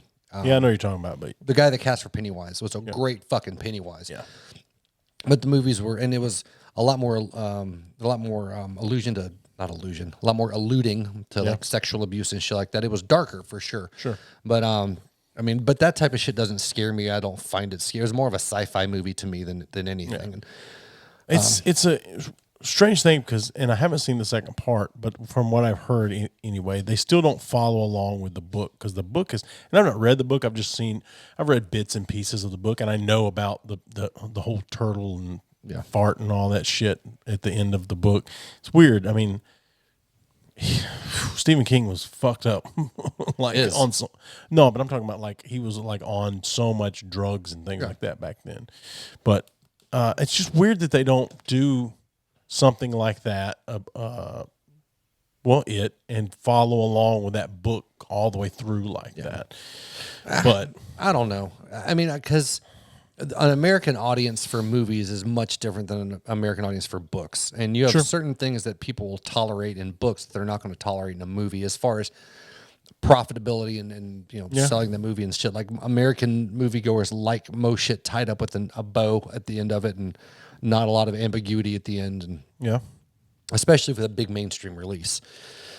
But, like fucking Inception drove people crazy with the fucking top at the end of the movie. It was like, God damn it, let it go. Like the movie ended how it ended. I understand there was speculation, but a lot of people didn't like how that. And so Inception, I know got off of scary movies, but like Inception, everybody raved about how great Inception was. Right. I thought it was a very good movie. I think it did not live up to the hype though. Really? I don't think it was a great movie, but I don't think it lived up to the hype. I mean, it was hyped as like one of the greatest movies of all time by so many people that I heard and read things from. See, I thought it was one of the better like sci-fi movies that's come out in the last fucking 40 years. Okay, I can maybe get on board with that, but I still don't think. But I also don't get into sci-fi that often. But I just meant as an original film comparatively to what's out there being released in the mainstream. I'll give you that because there's very few original things anymore. Right. Yeah. And I feel like Christopher, I know you weren't a huge fan of Interstellar, but no, which one is that? The one with Matthew McConaughey? No, I like that. You hated that end part with whatever. I mean, it's not that I hated that. I felt like he was a little over the top. Mm-hmm. Don't let me leave, Murph. Just at that part, sure. But that was I enjoyed that movie. Okay. I tell you what I enjoyed, but did not think it was nearly as good as Gabe, my oldest son, thinks it is just one of the best movies ever, and that was the I can't think of the name of it now. Where the spaceship comes down and the woman, I can't think of her name, has to go. She's a linguistics. Oh, Arrival. I didn't think that was as good as it was made out to be. I thought it was good. It was good, but I thought it was no, it wasn't as great as I don't know. I agree with you on that one. Like I thought it was very good, but If I'm watching a scary movie, I want it to get to a point where I have to look at the bottom corner of the screen. really, Yeah. That's otherwise it's that's not nearly impossible because we're grown ass men. We No, I don't understand have a that, lot of. but that's why it's like The Fourth Kind, the movie The Fourth Kind. The first time I watched that movie, there's one part of that movie, it was toward the end where the camera starts to go out and you can only hear and just see. It's like watching the Scramble Channel porn back in the day. Yeah. You could just only see parts of it, but you could hear, and it was talking about I am God and things like that. Those kinds of things are the ones that kind of get me on edge and make the hair on the back of my neck stand up and things It's like that. Nothing to do with any type of alien shit freaks me out at all. No. Well, because it was got into a spiritual thing is what I understand what that. got See, me. that's what I was gonna say. I much more enjoy like the supernatural, like possession demon type of fucking. Well, that's the kind of movies that I have to watch if I want to feel any of the scary movie. So, what do you think is for you the scariest movie you've seen? And well, I'll even say the scene, or at least top 3, like in recent memory, anyway. Other than obviously The Fourth Kind that you just talked about. Yeah, but so the thing about The Fourth Kind was it was spun as actual events and some, because it goes in and out of acting and Is that the one, recorded talking about thing. the one with Mila Jovovich? Yes. Yeah. So it goes back and forth from actors to Right. what they spun as footage from it. So I watched it thinking this shit happened and is real. And then when it was over with, it fucked with me a little bit, and I was like, I got to look this shit up. So I looked it up and found out, they would just lie. It was just it was the Blair Witch all over again. The thing that got me with that is because I'd been in Alaska when it came out, and I was like, that's not fucking Nome. that immediately was like, okay. Well, sure, I understand that, but I'm just saying that. No, it was a little creepy. It just fucked with me a little bit because it's you always hear of the first, second, and third type of encounter, but I'd never really heard of the fourth encounter until that came out. But anyway, there's supposed to be a new docuseries called The Fifth Kind coming out at some point. I do love some alien shit for sure, but it doesn't scare me. Have you watched the Bob Lazar documentary on Netflix yet? Maybe. I don't fucking know. It's called Area 51 and Aliens, Bob Lazar, or Area 51 and Bob. I don't know. I may have. It's interesting, this guy. But anyway. Scary movie. Come on. It would have to, the scariest movie that I've watched recently. You can go ever. I don't care. I mean, it's not scary to me anymore, but when I was a kid, Child's Play freaked the fuck out of me. Okay, as an adult. Sure, I understand that. As an adult, I don't think that there's really been a scare. Event Horizon was fucking insane, dude. When you were younger, that was like I watched it again. I was in my mid to late teens when I watched that. It does not hold up.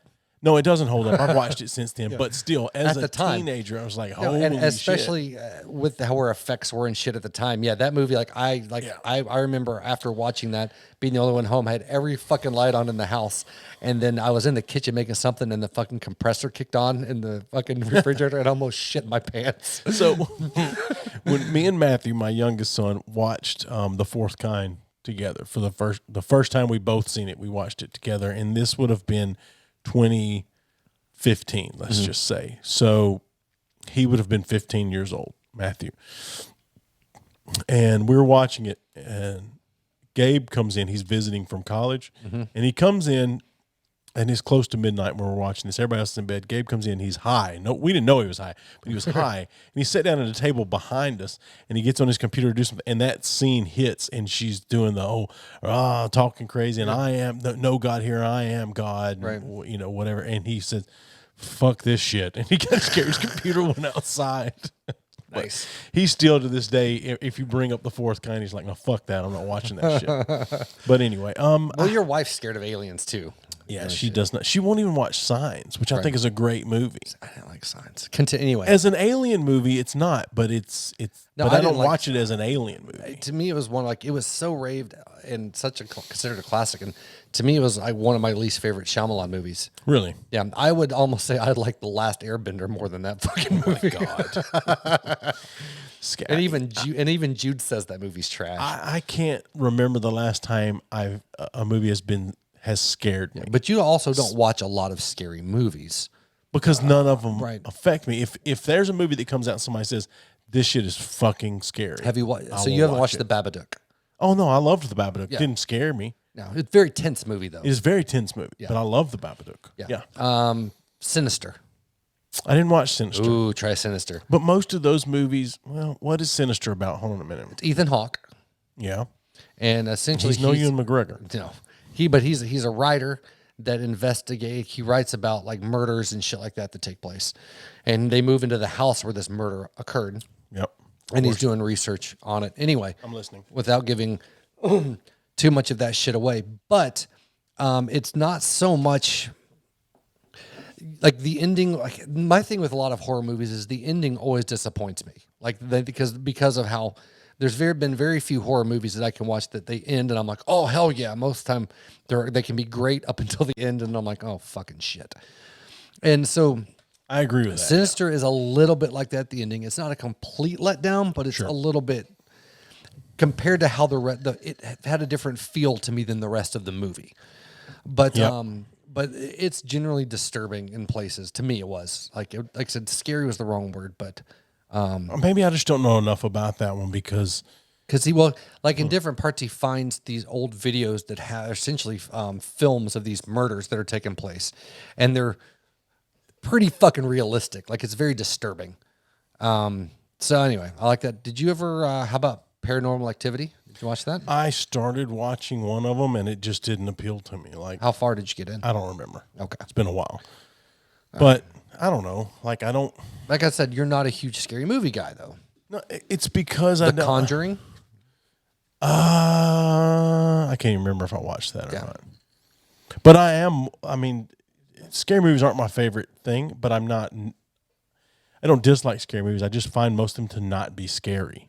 But that keeps you from watching them. Like I'll watch them just because I like the vibe. I enjoy the occasional jump scares.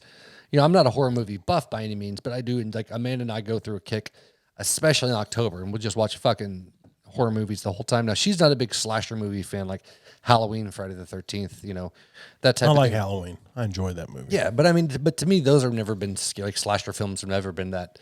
I will say the second scary. Friday the 13th was legitimately creepy as fuck. Or even the first one. The first one was, the first one was good. They get crazier as they go on, but I mean, which the first one, I don't know, like so many people think of it differently, especially if they haven't seen it. That it's not him, he's not doing any of the killing in the first one, right? It's his mom. Yeah, but anyway, I enjoy some of those. Spoiler alert! Some of those classics. I know. I feel like, by the way, if a movie came out prior to like 2000, you don't have to say spoiler alert for an ending of a movie. I don't even think you have to.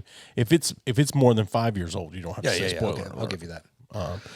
But like in 2014, me and Matthew and Olivia sat down and watched the original, like the first.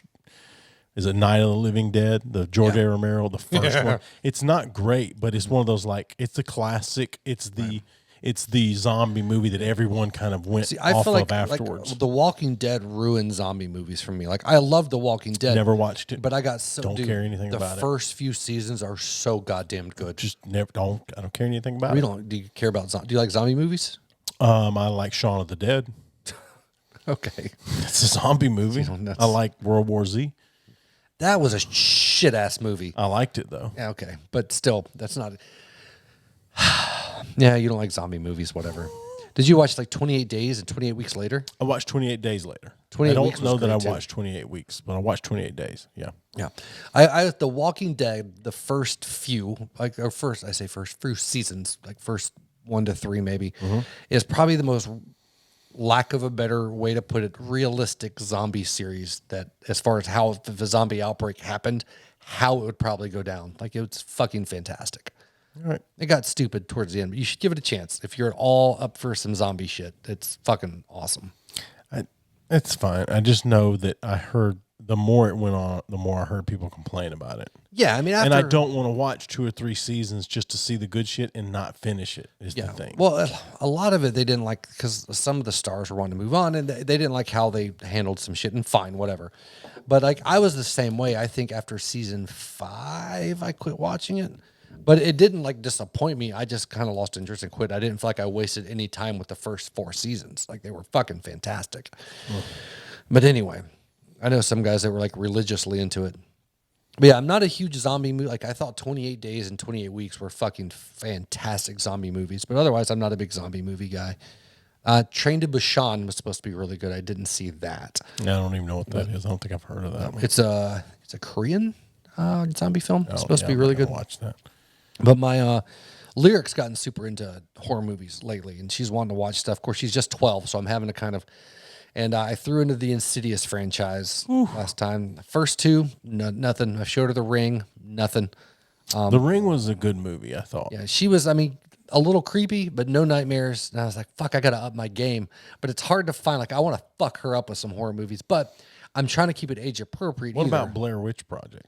That's right, too much language, man. I didn't think about that. And so, like, I'm trying to keep somewhat, like, contrary to how the fuck I am on here, I don't cuss around my kids. You know, even though I'm a terrible father and deserve to have them taken away from me. But of course. Yeah. Per my grandmother. But so I've shown her The Ring, the Insidious, for all of the Rings, actually, except for the newest one, which is Rings, on the one that's social media. Yeah. But and then I don't even think I watched The Ring. Insidious 1 and 2. And the third one Amanda and I watched the other day. And as far as jump scares goes, there's a couple really good jump. Like, a couple of I don't get jump scared. 2 of those fuckers came out of my seat. And the movie itself isn't scary, I didn't think, but like, I didn't expect it. Like, they were very well set up. So Insidious is the one with Ethan Hawke you were telling me about, or is that? No, that's Sinister. Sinister, okay. Yeah, but so give me the breakdown of Insidious. I'll decide if I'm watching it or not. Insidious is essentially, think of the best way. My daughter likes scary movies, so maybe. Yeah, Insidious is essentially that there's a spirit that's attached to like this boy or this family, and it essentially possesses isn't the right word, but it afflicts him and pulls him out because it's trying to take over his body, and the whole thing is about the fight for this boy. But you find out this spirit or demon or whatever has affected his father and kind of passed down. So yeah, okay, it's for what it is for a PG-13 horror movie, it's pretty decent. And then the third one I thought had the most jump scares. It wasn't the best plot wise, but they're more of an homage to older horror movies. Yeah, still nothing for there. And so The Conjuring is probably the next one I'm going to throw at her. It's rated R, but there's almost no language. It's more for imagery, and there's some. It's hoping it fucking gives her nightmares. Like, that's what I'm shooting for. Give her dark. Does she? No, she doesn't. Say, give her Darkness Falls. Oh, dude, the Tooth Fairy. Oh, did you see the remake of The Evil Dead? Did you ever watch that one? No. Holy fuck! I will say, out of all the Evil Dead is the Ash part of the Ash, right? Yeah, it's the first Sam Raimi. Yes. Horror movie. It was really I cannot find that streaming anywhere. I don't think it is. Because Army of Darkness is streaming on Starz. Yeah, that's the third one. Yes, but I can't find the first 2. Yeah, like the first one was, it took itself seriously. The second one less seriously than the third one. But the remake of The Evil Dead was like, there are elements of it that legitimately during the movie scared the shit out of me. Scared might be the wrong word. The remake. Yeah, the remake. It was startled. Not even startled. Made me viscerally uncomfortable in a few spots. Yeah. Huh. And I won't give any of that away, but I would highly, if you haven't seen it, watch The Evil Dead, the remake of it. Highly recommend. Somebody calling or texting us there? Yeah, well, I texted my daughter to see if she was home. I was going to see, because she's into scary movies, she wanted to come down here and talk scary movies. Yes. She's not home. Oh, shit. But, yeah, I would highly recommend any of those. I didn't think about that. Yeah, you should definitely watch the Evil Dead remake if you're wanting some horror shit. like I said, there's a couple things on there that are enough at least to make you make you a little squeamish. Like there's one part in particular I'm thinking about that's, oh, Jesus Christ, it's rough. And a couple parts that were rough enough, I couldn't watch it. Like I had to look away, at least for a minute. Well, you know those scenes that you get in some movies that something happens to a character and it's so like painful that like it's like a wince type of thing. It was one of those that was bad enough that I had like, I can't fucking watch this part. It was like 2 to 3 seconds, but brutal. I can't think of any time I've ever had. You've never seen somebody getting stabbed in the eye with a needle or like cutting themselves or shit that's made me just a little bit. Not that I got to look away. Okay. No. All right. No, I mean, if I'm expecting a jump scare that I think is going to scare me, I will look at the bottom left corner of the TV screen. Why? Because then it keeps me from jumping, and I can still see everything going on, so I don't miss. Why don't you just enjoy the jump scare? Because I don't enjoy that. Why? I don't dislike it or whatever, but I want to see what's going on, but I want to not miss anything. Not jump. Fucking it's just the way I am. The purpose of a horror movie. It's an interesting thing, that my daughter does the same thing, and I didn't teach her that. Yeah, it's fucking weird to me because part of the engagement of watching the horror movies is embracing the jump scare. Sure, but there are plenty of times I get the jump scare that I'm not expecting. Right. If I'm expecting it, then you should do better. You get what I'm saying? Yeah. If I'm expecting to, I got you, but still, that's so fucking weird, man. I'm not a normal person. Jesus Christ, you are a fucking normal person. You're just a douche. Like that's some douchebag shit. Like I know this is gonna scare me, so I'm gonna look away so it doesn't scare me. Then I'm just gonna watch the movie. It's like, fucking whatever doing. Whatever. Have you watched Velocipaster yet? No. No, I haven't. You also don't really enjoy bad movies for the sake of bad movies. I do. I have to be in the right mood for it, though, is the thing. I sat down last night and I was going to watch Velocipaster. And I grabbed the remote and I start to go to Prime and I go, I'm just not in any state to do Velocipaster tonight. Because I wouldn't have watched it. I would have messed with my phone while it played. It is so good. Like I've gotten Amanda to see. Amanda's still it's good in its own way. Like Amanda, she hates watching movies that are bad on purpose. Yeah, I don't mind doing that. I'll go back and watch movies that I've seen before that I know are bad. Well, the thing is with Velocipaster, and what it does well is it's not trying to be a good movie. Like it's bad on purpose. Is it? Yes, absolutely, it's bad. It's just hard for me to believe that somebody makes a movie to be bad. Oh, people do that. I think that people make movies knowing they're not going to be. No, great this is blockbusters or whatever. Intentionally bad. It makes no sense in a lot of places, and it's very intentional. Oh, see, I don't know that I will enjoy it as much because I like for people to think that for whoever made, like, all right, the guy that made the Miami Connection, he thought that movie was going to be the greatest thing ever. I love the thought of this movie so bad. That's what I was going to say though. This it's bad on purpose, but they do such a good job of it. You can't help these people they're geniuses that made this movie. They're fucking geniuses. Okay. Like it's so bad and so intentionally bad. I don't even know how to put my finger on. Like it's so good. It's so good. Okay. I'll watch it at some point, but I got to be in the right. Did you ever watch The Room? Somebody told me about The Room the other day. Oh my God. Matthew, my son was here and he mentioned The Room. And so is that the one with Brie Larson? Oh my God. No, there's a movie called Room with Brie Larson. No. And that might have been what he was talking about. No, so he wasn't talking about that because I asked him the same question. No, there's the movie called The Room, and there's a biopic or movie made about it that James Franco, called The Disaster Artist. Yep. All right. It's kind of about how it was made, and not a documentary, but a film based on a film. Biopic about the movie. Kind of, yeah. But anyway, this dude, and I can't, Tommy something, he made this movie. He funded it, acted it, produced wrote it. No. Tommy Lee Jones? I don't know what his last name was. Was not gonna. You can throw out whatever Tommy last Bahama? names you want. Yes, Tommy Bahama. Hilfiger. Sure, he'll figure. But and I guess he was crushed by it. But it is widely regarded, legitimately, as the worst movie ever made. Really? Yes. Huh. And if you watch it, you will 100% understand why. Do you know that I almost watched Reefer Madness last night? But again, it's so worth watching. Yeah, I just was not. I couldn't do it. I knew it was going to be bad, and I just couldn't. Well, it was made as propaganda. And I watched the trailer for it, and it didn't give me enough in the trailer to hook me. It's one of those movies. It's just ridiculous. It's hard to watch. I had to watch it in 2 sittings, but The Room is legitimately hard to watch. What is it about? It's hard to watch. I don't. You can't even. Where can I watch it? I had to watch it on YouTube. The full length of it was there. I think you can buy it now, and you might be able to stream it on some services. I don't know, but at the time, is before the Disaster Artist came out and kind of brought a spotlight back on it.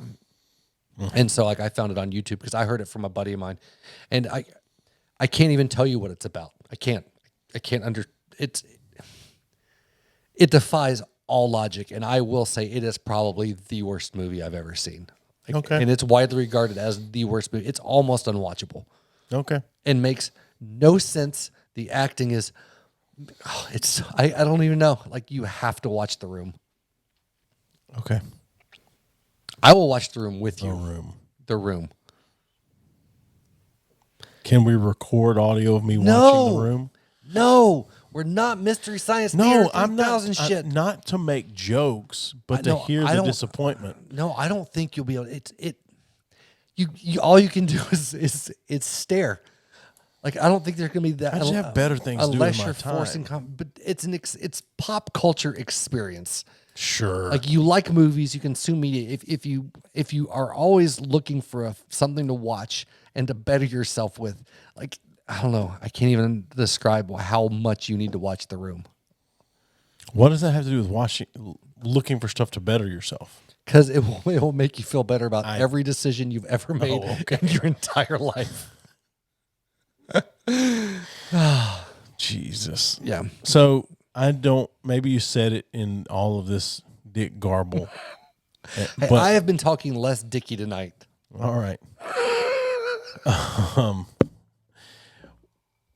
What is the movie that in your adult life or recently or whatever that scared you? Again, kind of the same. I don't really get scared, but as far as that put me on edge, the last one I can think of that was kind of set uneasy was probably Sinister or the Evil Dead remake. And again, I don't walk away thinking like, oh my God, I'm scared of the dark anymore. But as far as just being uneasy or during it being really fucking tense, one of those two probably. The Conjuring was pretty good in that regard as well. Okay. If you haven't fancied that. But again, I just like scary movies for the sake of them being scary movies. Like, I don't expect most of them to be very good. Yeah. But I do like a good revenge flick from time to time. But like what? What was the last revenge flick I saw? Not really a revenge flick, but kind of in the ballpark was a movie called Ready or Not that was surprisingly good.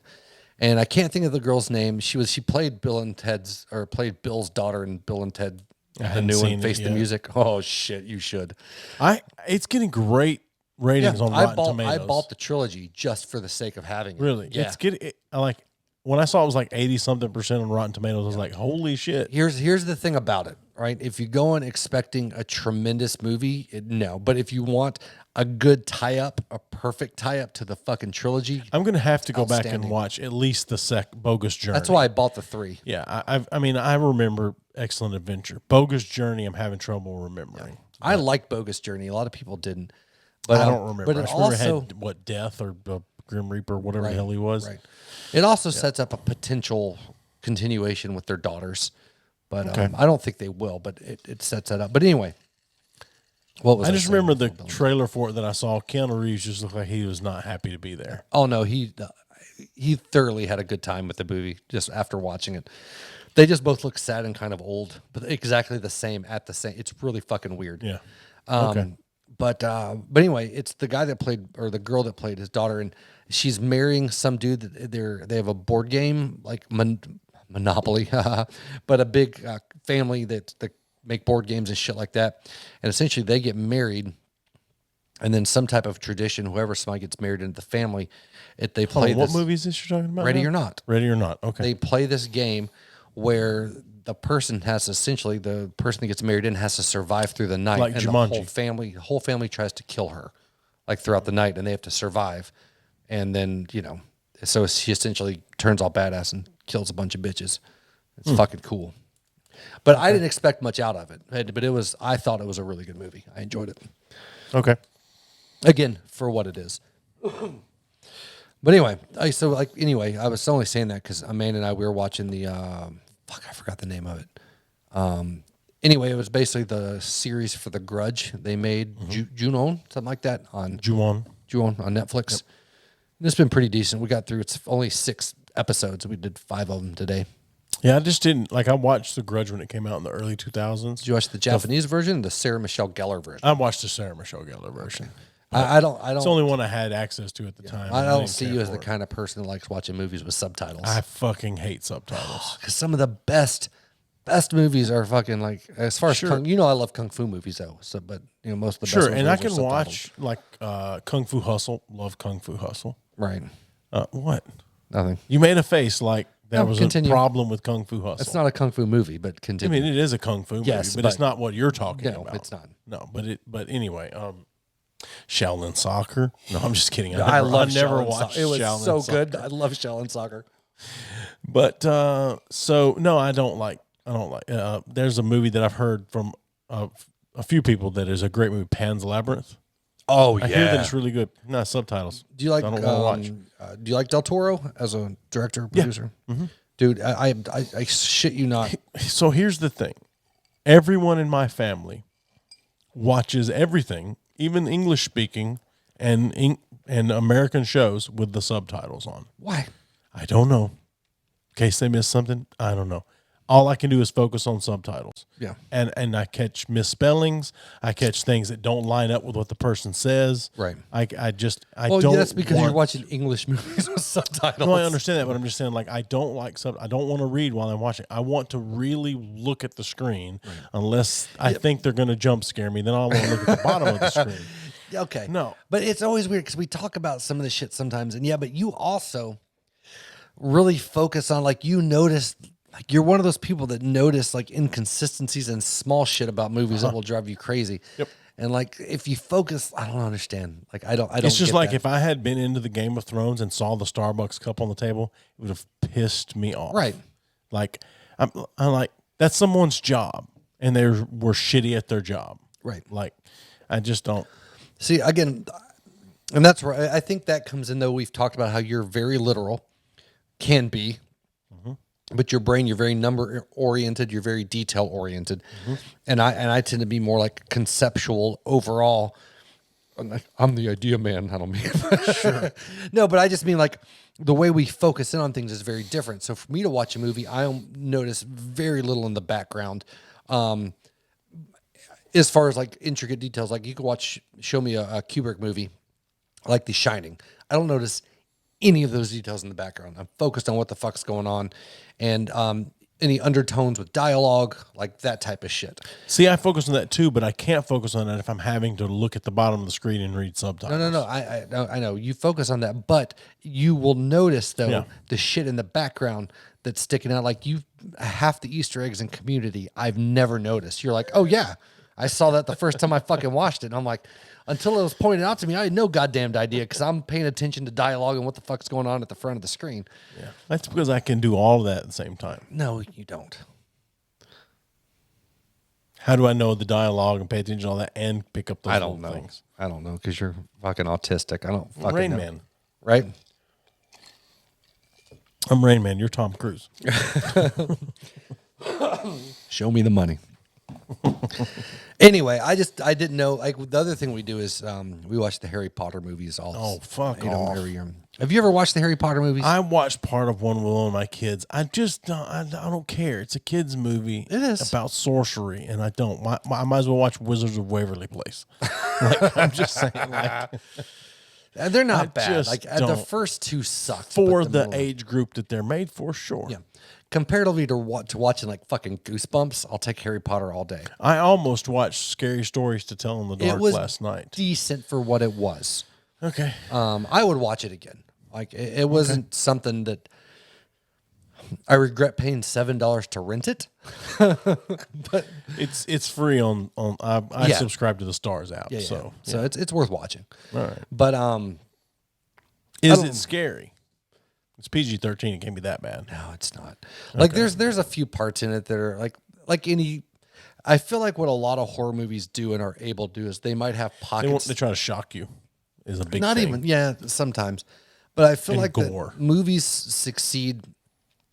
A lot of horror movies is like they can have some pockets of unsettlingness throughout, but they never close it. You know what I mean? Yeah. Or they never really reach a peak of being like, oh fuck, that's scary as shit. Yeah. And for PG-13 movies, it hits a couple points of like unsettling, but then it never really pays off. Did you ever watch Silent Hill? Yeah. That was a pretty good movie, and I never really played the game. Yeah, I like but the I knew a Silent little Hill. bit about it. I like the Silent Hill movies. That was a relatively freaky movie. I wouldn't call it scary, but it was freaky. Yeah, I'd like to see and I'm sure they exist, but like a mainstream, high budgeted, well acted movie just have a shit ending, like that nothing goes right, everybody dies, and it's fucking over. You don't see that much.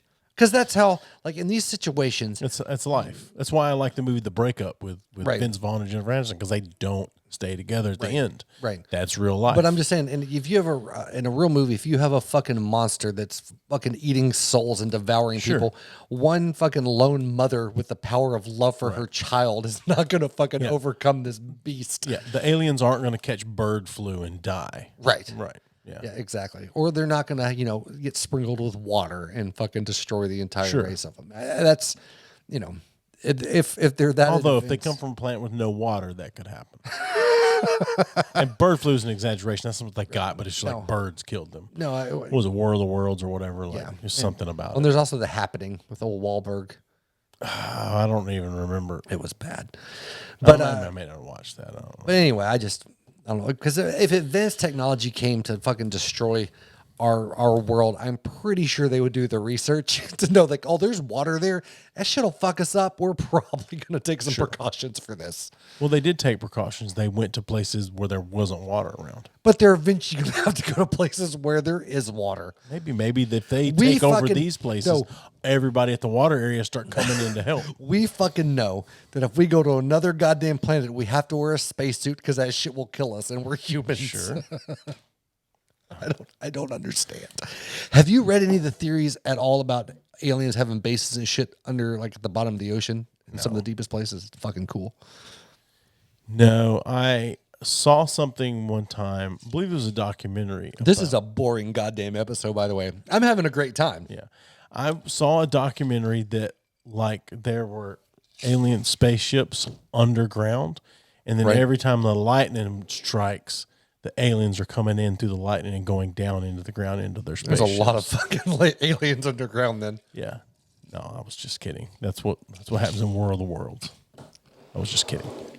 I never read it, and I only saw didn't part read of the it, movie. but I'm talking the Tom Cruise version. That's what happens. The spaceships are underground, and then there's a lightning storm. The aliens ride the lightning into the ground or something like that. Ride the lightning. Yeah, That's the my motto for my mustache. Is it? Yeah, the blonde thunder. Ride the lightning. God, that's original. It is original, goddammit. I wish I wish Amanda would love me enough to let me keep my mustache. She does not. Just the mustache by itself. Yeah. Yeah, Krista does not like mine either. Yeah. I look atrocious with a mustache, but I do love too, it so because much. mine right under the nose, all the hair grows straight out. See, mine is thick enough that it's very Tom Selleck-y, but it's light enough where it doesn't look like it's thick enough to be Tom Selleck-y, so it's really fucking porn skeezy. But I don't know. But I would never, ever, fucking ever curl the ends of it with wax. Oh yeah. No, fuck that. Yeah. When I was young, there was a family that we went to church with, and the dad did that every day of the week. It didn't matter, like every day. No matter what day you showed up at his house, his mustache was waxed and curled. Yeah. Saturday morning, waxed and curled. Yeah. I don't fucking know. I don't He understand. was from Michigan, so Well, there you go. I flew through Detroit. So going out this time, I had to fly Atlanta to Dallas, and then coming back, it was Dallas to Detroit to here, which is fucking awful. yeah. The one good thing about Detroit, though, is the lines of fucking butt cans they have outside of the main doors if you want to go smoke. But Flying in and out of Knoxville is rough because there's almost no.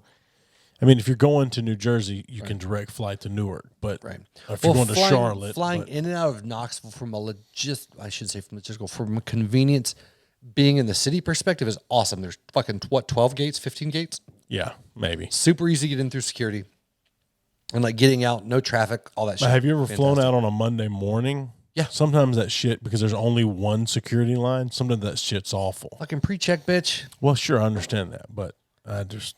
So I also have Clear, which Clear is fucking rad. And now, though, Clear's gotten popular enough, sometimes the line is backed up, but the pre-check line is non-existent. So I just fucking pick which one I want to go to. I have yet, in the last year and a half, I'll say 2 years of traveling, I have not waited in security when I've been able to use pre-check or Clear. Your feet all the way over here. I'm lounging, bitch. I have not been in security for more than 10 minutes. Yeah, that's fine. Yeah, I mean, that's the only thing about Knoxville, about Tyson McGee. So funny to me is that the way that our self-loathing like fucking expresses itself. Like mine is the kind of money that I will and won't spend on myself. You gotta say your self-loathing comes from depriving yourself of shit that would make your life better.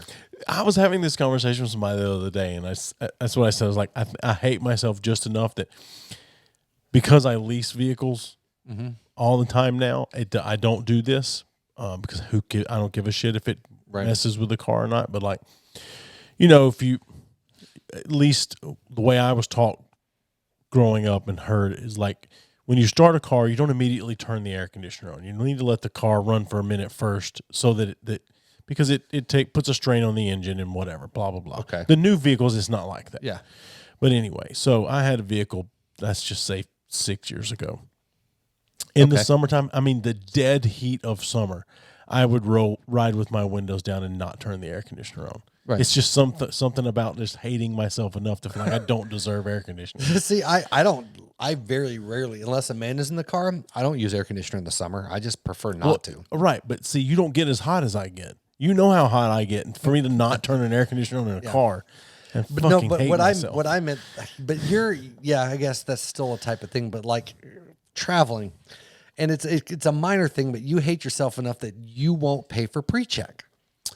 No, when I start traveling again for work, because at this time last year I started to pay for pre-check, right, and then a trip got canceled, and I had no more trips scheduled for the year, so it was just like, but well, I'm not going to do it now. We talked about this even last year prior to that, and I was like, when did you do pre-check? Like, no, we didn't talk about it last year prior to that. We've only been doing this podcast a year, and it would have been in the summer last year. I remember. I just know we've talked about it before, and you're like, if I ever need it, I'll get it. Yeah. When I would travel, I haven't traveled in a year. At the point I'm at work. Now, I would have it just in case I traveled. Like it's that. I know I'm not traveling before January 2021. I know I'm not.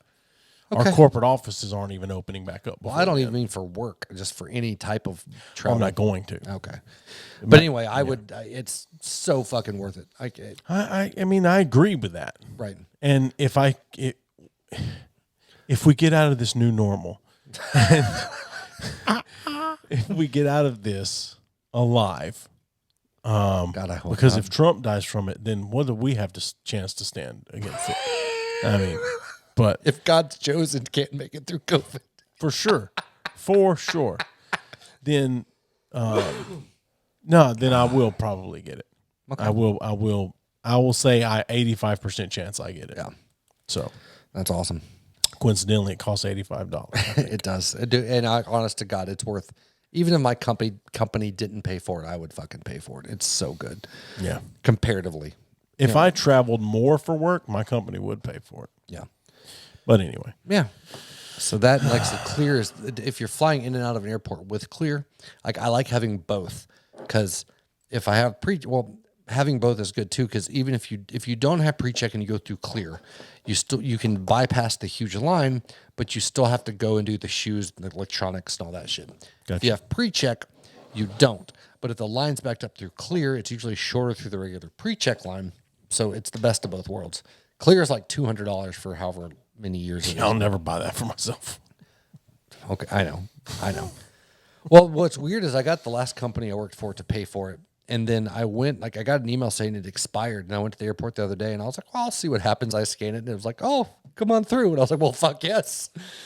So, do you remember when pre-check used to be random? Like even if you didn't buy a pre-check, random people would get pre-check. My daughter used to get it all of the time. Yeah. I used to get searched every now and then too, depending on what's in my bag. I'll get a fucking the quote unquote random bag search. Yeah. It just doesn't bother me because I get to the airport. Like, I don't understand people. Okay. We don't have much time left, but still. One thing that absolutely infuriates, drives me fucking crazy is when people try to ask to I've cut heard in you front say of you. this before, that when you get searched regularly, but all them people wearing them rags on their head don't ever get caught out. I swear to God, this is what you were saying to me earlier. That's exactly what I was saying to you earlier. No, when people don't get in time, don't get there early enough, and they ask to cut line in the security line because they're going to miss their flights. Yeah. Fuck you. If you're one of those people, I don't care what the fucking reason is. I don't give a shit. You suck. Fuck you. But if you ask me nicely, I'll probably let you cut. No, not anymore. I used to. It all depends on the attitude that you're presenting. Yeah. And what you look like. If you look like a bro, fuck you. If you have kids with you, I will. Why? Because you have kids, you should be responsible enough to get there on time. No. Because shit can happen with kids that you do not. They can happen in life. I get that. But like if you're getting ready to go out the door plenty early and a kid fucking has a nuclear shit, which has happened to like anyone with kids, like I get running a little bit late. Still frustrates me, but I give it a pass. If you're a single person coming through line, no, fuck you. You should have planned to be at the airport. Like, I get to the airport stupidly. Like, it doesn't make sense how early I get to the airport a lot of times. Yeah, it doesn't make sense how late I get to the airport a lot of times. Right. But I'm never late for a flight. Exactly. I've been close. Right. I've been very close. Have you asked people to let you cut in line? No. But I wouldn't do that if I knew I would miss my flight. But along those lines, the people that fucking, when the plane pulls up to the gate and they turn the seatbelt off, they get up and try to rush in front of everyone. No, from the I back stay of the in my plane. seat and wait. Oh, I know. Fuck those people. Yeah. I intentionally stood up the other day and wouldn't and blocked somebody. And they said, "Can you let me through?" I said, "No." And like, I got to get the plane. I said, so does everybody else in this fucking plane. Like, we all are trying to make connections. You're not the only one. You can wait. And that didn't go over well. I would probably let them through just because I don't want to have to deal with them standing there. No. And also it depends on their attitude as well. Yeah. But most of the time, if you ask me politely, had I been the only one yes. standing up, like I would have let him through. But everybody else had already stood up at that See, point. I don't even get out of my seat until everybody is. Yeah, let me rephrase it. I say the other day, I'm exaggerating. This was before everybody. This is pre-COVID. Gotcha. But yeah, no, COVID-wise, now they make everybody stand until BC. Yeah. Yeah. BC, right? Well, now they tell you to stay in your seat until the row in front of you gets up, which is how it should be done fucking anyway. But sure. But I usually sit up close to the front. You also shouldn't be allowed to put your bags over a seat that you're not sitting in. Goddamned right. And you should never even be allowed to look into first class, let alone take your bag up there and put it in first class. Well, most airlines, at least Delta, they will not let you put a bag in first class. Well, I've seen people carry their bag up to first class before and then come back and sit in economy. See, the only time I've seen that happen is if everybody was boarded, plane was full, and there's space up front, and that was the flight attendant. But now I've seen Delta tell people like you can't put your bag there and make them. There's even like in Comfort Plus now, there's signs at Comfort Plus only. Yeah, and should be. I've taken I saw somebody that was in front of me put a bag up before, and I've talked to the flight attendant. And I've said, hey, like they're sitting back there. I need this for my bag, and they've taken it the fuck out and checked it through. Whatever. People get really pissy about that. It amazes me the size of bags people will try to cram into an overhead compartment. That too, but more so, it amazes me how many people get onto a plane, get into the economy area, put their bag up, and then walk to the back of the plane and sit down. Yeah. Why would you want your bag that far away anyway? Yeah. You don't know. I mean, you can't see what's happening. I almost want to take their bags when I see that happen and move it to another one when we land. Like just take the bag. I always make the comment though, is like everybody's in a hurry to get on and off the plane until it's time to put their shit up or take their shit down, and then they'll take their sweet fucking ass time. Like, fuck those people, man. I do everything getting on and off the plane as fast as I can. Yeah. Like, I can't courtesy. stand the thought of holding someone else up, which is part of the reason why I just stay in my seat until I'm one of the last people in my area, and then I'll get up. Yeah. Now, see, depending on how full the flight is and what's going on, when they first pull up, we can stand up. A lot of times, if my bag's right above me, I'll stand up, get my bag, and sit back down. No, I don't do that. Well, because that saves time, right? Because that way, when it's time to go, I just get up and go. We're all just waiting there anyway. I'll grab my shit and sit back down, and I'll just wait. And then I can get up and go. And if it's right by me, because to me it's more convenient and it's not holding anyone else up doing that, as opposed to when the seats move out or everybody starts moving, then I have to stand up, grab my bag, and go. I'm not holding anybody up if I do it when we first Right, stop. that's why I just wait for everybody to. Right. I'm usually the last person in my area off of a plane. Really? Usually. Yeah. But anyway. See, I've always booked intentionally as close to the front as I can. I don't. I book to the back because if the plane goes down, you're more likely to survive. That's what. No, I've heard that so many times. I've heard that too. That's Like, what I tell people. I do it because it's typically closer to the bathroom. Okay, that's fair. See, that's why I book aisle seats, because then it's like I don't care how close I have the right to get I up don't anytime want the I aisle seat. Why? I don't like it because if I have the option, I'm going to stretch my legs out, and I don't want to have to constantly move my legs because someone's walking by or the drink cart's coming through or whatever. I just prefer to have the window seat because then I can lean up against the window if I'm going to sleep. But I don't understand that, because the gap between the seat and the wall or the bulkhead of the plane is enough that it's uncomfortable to fucking lean on to sleep. It just doesn't bother me. Ugh. But a lot of times I can. Here's another thing that I do. This is a little tip for any of you guys that travel. Masturbate on your blankets. If you're the first person in your aisle to sit down, lean all 3 seats back, because when the stewardesses or flight attendants come through and they're looking to see, because you're supposed to have your seat in the upright position when they leave. If all 3 seats in the row are the same level, they don't pay any attention to it. So lean all 3 seats back, or 2 if it's a row of 2 or whatever. And then, because then at that point, because I've been on planes before when the person behind me pushes their knees into the back of my seat and won't let me lean it back. Really? Yes. That'd be a battle right then and there. So what I do is I push as hard as I can and I let off the button so that it's going to stop there. And then when I feel the release of their knee, I slam that shit back as hard as I can, hoping that they try to get their knees up there quick and then I bust a kneecap or something. But who does that? Who the fuck does it? Yes. Because the thing is, it's annoying. I've had a woman flip her hair over the back of the seat onto my tray. That's different. And that annoys the shit out of me, but I don't say shit about it. No, I would with that, because you're then over your seat. I into agree my with space. that, but I'm just like, I'm not going to complain to someone else about shit. No, honestly, I would probably like dip their hair in, like I'd probably get Coke and just like fucking. Oh no, I would do that for sure. I would make sure their hair went into some shit. But like the thing is, it's like people that stick their feet up between the seats. Like fuck you. That's like I've elbow squished some toes doing that shit, or slam my fucking armrest up and hurt them. Yeah. But I'm like, because you're then into my space. Yeah, I agree with that. And the thing is, how plane seats are designed, unless you're like 6'7", if you lean a seat back, it's not hitting your fucking knees. It's over the top, and it's not even affecting your tray. Like it's not giving you less space except for the space in front of your mouth. Well, it can affect the tray. If you have the tray down with a drink on it, someone leans their seat back, it can. If they slam it back, yeah. Well, I'm just that can affect. But In coach, I try to those lean seats don't go back far enough. I don't necessarily disagree with you, but it can affect what's going on. So that's why I always try to lean my seat back before the drinks and stuff get brought out. Really? Okay. But my normal routine is, as soon as wheels leave the ground and they pull landing gear, seat goes back immediately. Yeah. No, I'll put mine back before we ever taxi. Yeah. I just put all of them back. Yeah. That's so much effort. What sucks is that, no, I just do it as I walk down. As I walk to the window seat, I just grab the button and push as I walk through, and then push them all back. Okay. And it's interesting. Down. Yeah, it's just one of those things. But I always try to get a window seat. I always try to get toward the back of the plane. But when I book my tickets, the number one thing I look for is a row that has one person in it or no people in it, and I pick in that row. Okay. I understand that a lot of times flights end up full. Doesn't matter. But if I can find a row that's chances empty, are higher. Yeah. chances are higher. Yep. Yeah. But I've been on a flight before where it's me and a really big guy in a just 2 rows, or there's no middle seat, I'm watching and waiting for that plane door to close, because there's 2 rows to our, like, toward behind us and across the aisle that are empty.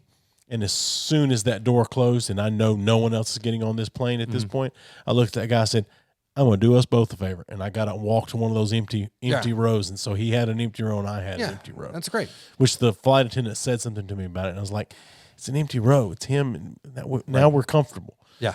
But whatever. I got fucking suckered one time. This is in my younger years, but there were these two girls. They were traveling together, both very attractive. And Did they tell you they were female? I saw them. What? Okay. All right. This is prior to a lot of that. They were obviously young, attractive females. Okay. Anyway, they were like, well, we really want to sit together. And I was thinking, hey, if I do something nice, I might get a little play here. Didn't see who they were sitting by. And they're like, would you mind trading seats with? And I was like, yeah, sure. I'll trade seats with you. I didn't see where they were sitting. But I tell you what, you can sit in my lap. Right.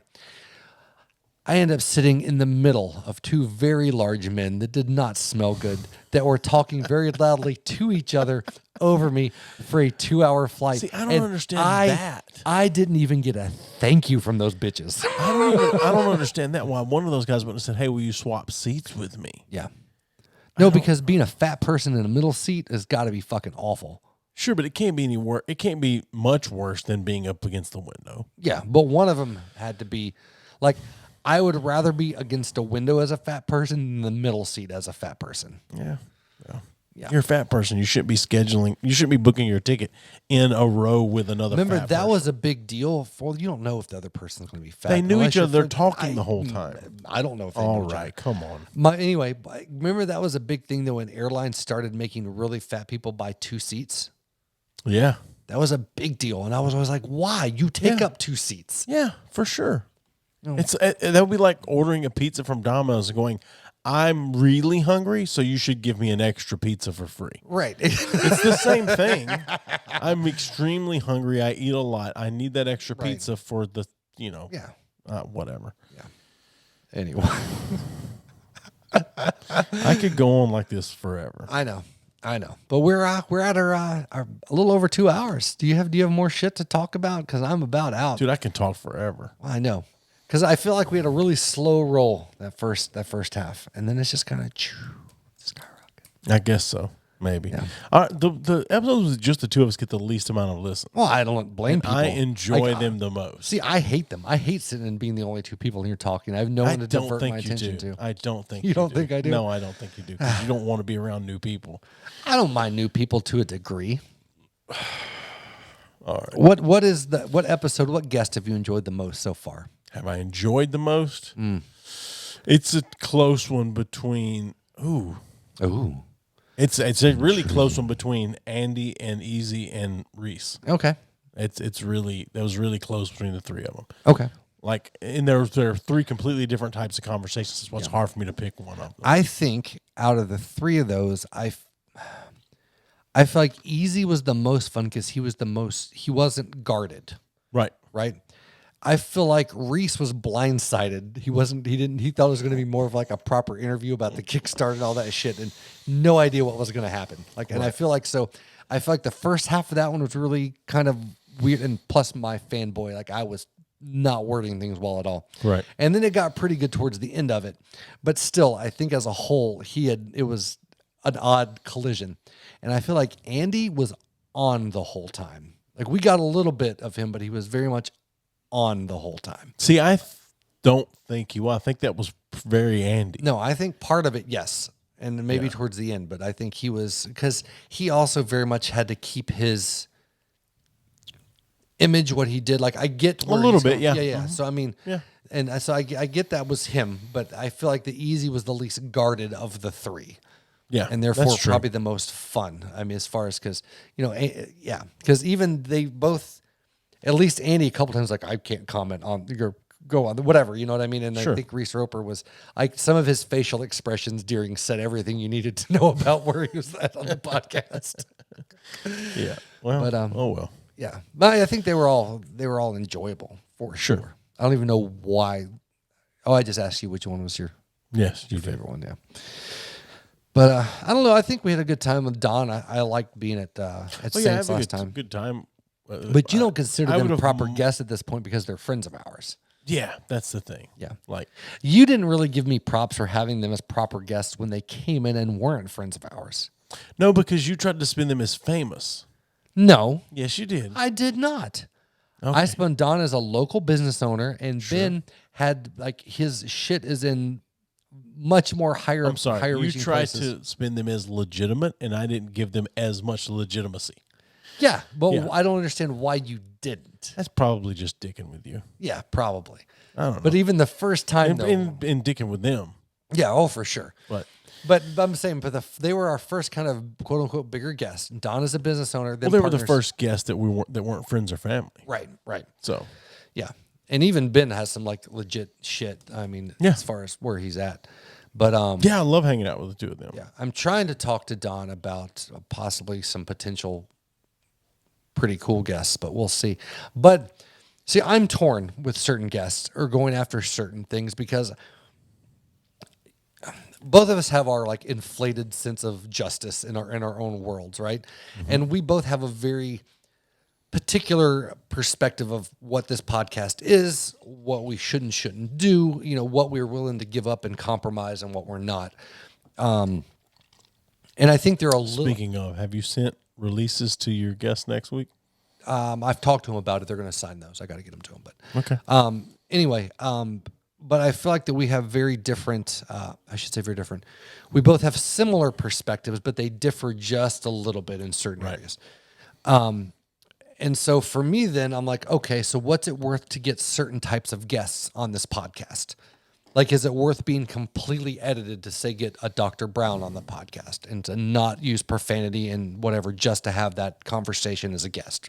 Like, is it worth doing that, or does that sell out the things that the reasons we have this podcast? I don't feel like it sells out. I don't know if it's worth it though. Well, because why? Why wouldn't you think it's worth it? Maybe worth it Because is the not spirit the right of the thing. podcast is kind of lost at that point. That's right. That's part of it. Which is yes. selling out the podcast is what I mean. Yeah, I guess. How to define it. Right. Yeah. Or for certain other people, like how much are we willing to edit? And I say edit loosely, but how much are we willing to watch what we say to have a certain type of legitimate guest Well, on we did here that to with have a Reese. conversation. We were did. much more tame with him than We were, anyone but I else. feel like it almost naturally went that. We were a little prepared to be, but I think the conversation kind of Sure. because I listened back to the episode and we cussed a good deal, but it just wasn't fucking shit cunt, motherfucking bitch ass, cunt ass motherfucker, the whole time. But again, the conversation didn't necessarily it was somewhat meaningful conversation on parts of it. And I think we both have this underlying respect for him anyway and where he's come from and recognizing he's still very much a devout and practicing Christian. Sure. We both have some respect for that because of our background. But I don't know. I find it interesting because like a couple of the guests we could potentially have on, or even we'd have to have a little bit of that in place, or even to have a certain type of business owner come in, or to have, depending on what we'd want, like there's this line that we have to walk at this point. Not saying that we're this big podcast, but I'm saying got you. To increase the legitimacy and get better guests, right? We're at this kind of line in the sand where we've got to decide which side we want to stand on or how well we're going to tread that line. Because I don't want to be a little bitch and take it in the ass every time somebody comes on and feel like we have to be on some sort of like, oh, we have to be different for this. But at the same time, I don't want to not get certain types of guests because of how fucking terrible we are. You know what I mean? Does that Sure. And I think, one answer to that question could be that we do segments. Where an episode, a guest is on half of it, and then it's the two of us on the other half. Right. I don't like that though. Like I don't like love our it. format of having people on we have the loose interview and then they're just on as part of the commentary. Sure, but if you have to give up the identity of what we're doing, Right. I don't know, or maybe we're just true journalists like that and we respect the guests. I think we do. I think the people that turned us down, had they come on, would have found out that we're quite respectful. Yeah, absolutely. So, I mean, I'm trying to think. I can think of two people that have turned us down. Right. But I don't three blame, if you count two of them being together. But I don't blame people for absolutely. cutting us down. No, it completely makes sense to me. I don't know that I would come on here if I had that kind of business. No, well, if I was coming on as a business person, absolutely not. Yeah. You know, there's certain ones like I get like But Ben that's and the Don. thing. If you don't have anything to talk about your business, I don't really want you on here. Yeah. You know. Right. I mean, there's certain types of people that just based on who they are, I would have on, like Reese Roper or like even Andy Harris. Like, as a whole, nobody knows who the fuck Andy Harris is, but what he does and stuff, he's a cool dude, and he doesn't necessarily work for a company, but you know, he's there on as himself because he's an interesting person. Well, he's one, maybe the only one that I can think of, aside from maybe Don and Hunter. I don't count Hunter because he's not. Well, he wasn't a business owner. You know what we haven't said this once this episode? Fuck that piece of shit. Right. Andy's the only one that actually interacts with us online still. I mean, Don does a little bit here and there. Yeah, that's true. No, for the most part, Andy does. Yeah. Yeah. I love Andy. I like my Jesus reply Andy to one of never listens to us. No, nor should he. Right. Andy doesn't listen to us, but if he were to ever hear this, I do love Andy. Like I thought Andy was great. He's been on a fucking roll lately with his fucking Trump tweets, man. Oh yeah. It's nonstop. Nonstop, but it's actually it's always at least funny. Yeah. I mean, it's always based somewhere in that. We do need to have a politics episode though prior to the election. You know what we should? No. I have an idea. We need to get a couple local representatives. That'll never happen. It might. No, it won't. Let me try. Go for it. Why are you anti this already? I'm not anti. You're not open-minded. It's not going to happen. Why? They're not going to. Why? First off, we don't have a big enough listener base. No. I'm not talking about any people in office. I'm talking about people that volunteer for these fucking organizations. Okay. And I'm not talking about letting them know they're going to be here with a counterpart. I'm talking inviting one of them to, hey, why don't you come on this podcast? It's really, but we give you a chance to talk about the Democratic platform and Biden and shit like that. And then we can talk to the person from the local Trump, whatever, and be like, we want you to come on and talk about, you know, racism and the love of the Proud Boys. You know, and we let them come on. Yeah, they're not coming on if you say that. I know. No, let them come on and speak about, you know, the rights, love for the people and whatever. And then they both kind of like a blind date movie where like the two people said that they don't know that they're going to be there. Gotcha. And they're both here. And then we have them. And then we talk. And maybe we, Joey, we can facilitate peace between the partisans. If you can pull that off, I am for it. Okay. I just don't think you can. I might. It's not, and I don't think it has anything to do with you. I think it has to do with them. Yeah. And the fact that they're going to want to listen to us ahead of time, and they're going to hear you say this. Yeah. And know that you're setting them up. I'll give them a different episode to listen to. It's not like they can't just go listen to this though. They can't. So I've sent you a few of them. I got these 14 minutes ago. You said you were ready to be done. I was ready to be done, but you know, I've told you, I've shared a couple. I get the random texts from political people saying you need to vote for whatever. Yeah, I get that. And I only ever get them from the Democrats. I never get them from Republicans. Probably most of them don't know how to use phones. But look at me sounding like I'm all Democratic, but I always fuck with them every time. Sure. And they said, well, can we, count on your vote for the Democrats? And I said, the only way I'm voting for either party is if one of them can guarantee to legalize prostitution. I said, because, it's like, what's wrong with wanting a little rub and tug after being at the end of a relaxing massage thing? And I said, plus, how the fuck are my daughters going to pay for books in college? That shit's expensive. Which, the way I worded it, made to point out recently that the daughters, I was going to be giving them money to jerk me off for my daughters. But the dude replied back, and he was just like, hilarious. That's all he said. That's funny. So I sent him a Michael Scott gif of him bowing. Oh God, that's my story. But I'm going to reach out and see if I can get talk some politics on. I'm for it. If you can do what you said, I'm for it. No, if I can. I doubt I can pull that off. No, I don't think you can. But I don't think you can get any political person on here. You can get people that want to talk politics on here, but I don't think you can get anybody in politics, whether it's helping a campaign or what, on. You don't think so? I don't think so. Challenge Not accepted. legitimate. Not with legitimacy, though. What I'm do you not talking consider- about some No, random. you say that out. Define legitimacy. I'm not saying some random redneck that goes out and posts flyers for Trump. No, I'm talking about somebody that volunteers from like the local conservative party. Sure, I just don't know that any of them, after listening, will agree to come on. Okay. They're so. You would be more likely to get someone from a Trump campaign than you would a Biden campaign, but I still don't even know about. Okay. That. I'm gonna see what I can do. And it's not you, it's us. It's what we do. No, I we understand say. that. I just feel like I wish I would have thought of this sooner because now we're in a very small amount of time. Absolutely. Because, but I do want to talk politics a little bit. I think we kind of talk general, but like personal politics at some point and discuss that. No. For the people listening, because I feel like no. I'm not kidding. Or even with a guest, I don't care. I don't want to talk. We can't afford to lose any listeners. Right. No, I don't want to talk like political policies. Sure. But like, my refusal to vote and the way I view the system and the way you view the system, I feel like it'd be an interesting conversation. We view the system pretty closely. I just still vote. Yeah. I don't Fucking sheep. I don't think I think that who's going to win is who's going to win regardless of the voting. I vote strictly out of hating the two-party system. I just do. It's just something about it. And I was never taught anything about politics growing up as far as like you're a Christian, so you vote a Republican. Right. But I was never really taught anything about the two-party system or anything. It was like, but I refuse to vote for someone just because I don't like the other person. Right. I almost refuse to vote for anyone that's Democrat or Republican. Okay. I just don't, and I've had plenty of people, including my kids, say, yeah, but if you vote for an independent, you're throwing your vote away. Like, we're all throwing our vote away. Right.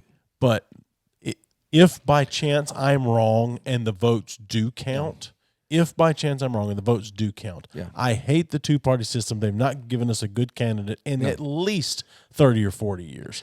So I want these independent people to continue running, and maybe that will happen. That's why I want some people that are just See if you starting can get Gary voting Johnson on here. Oh man!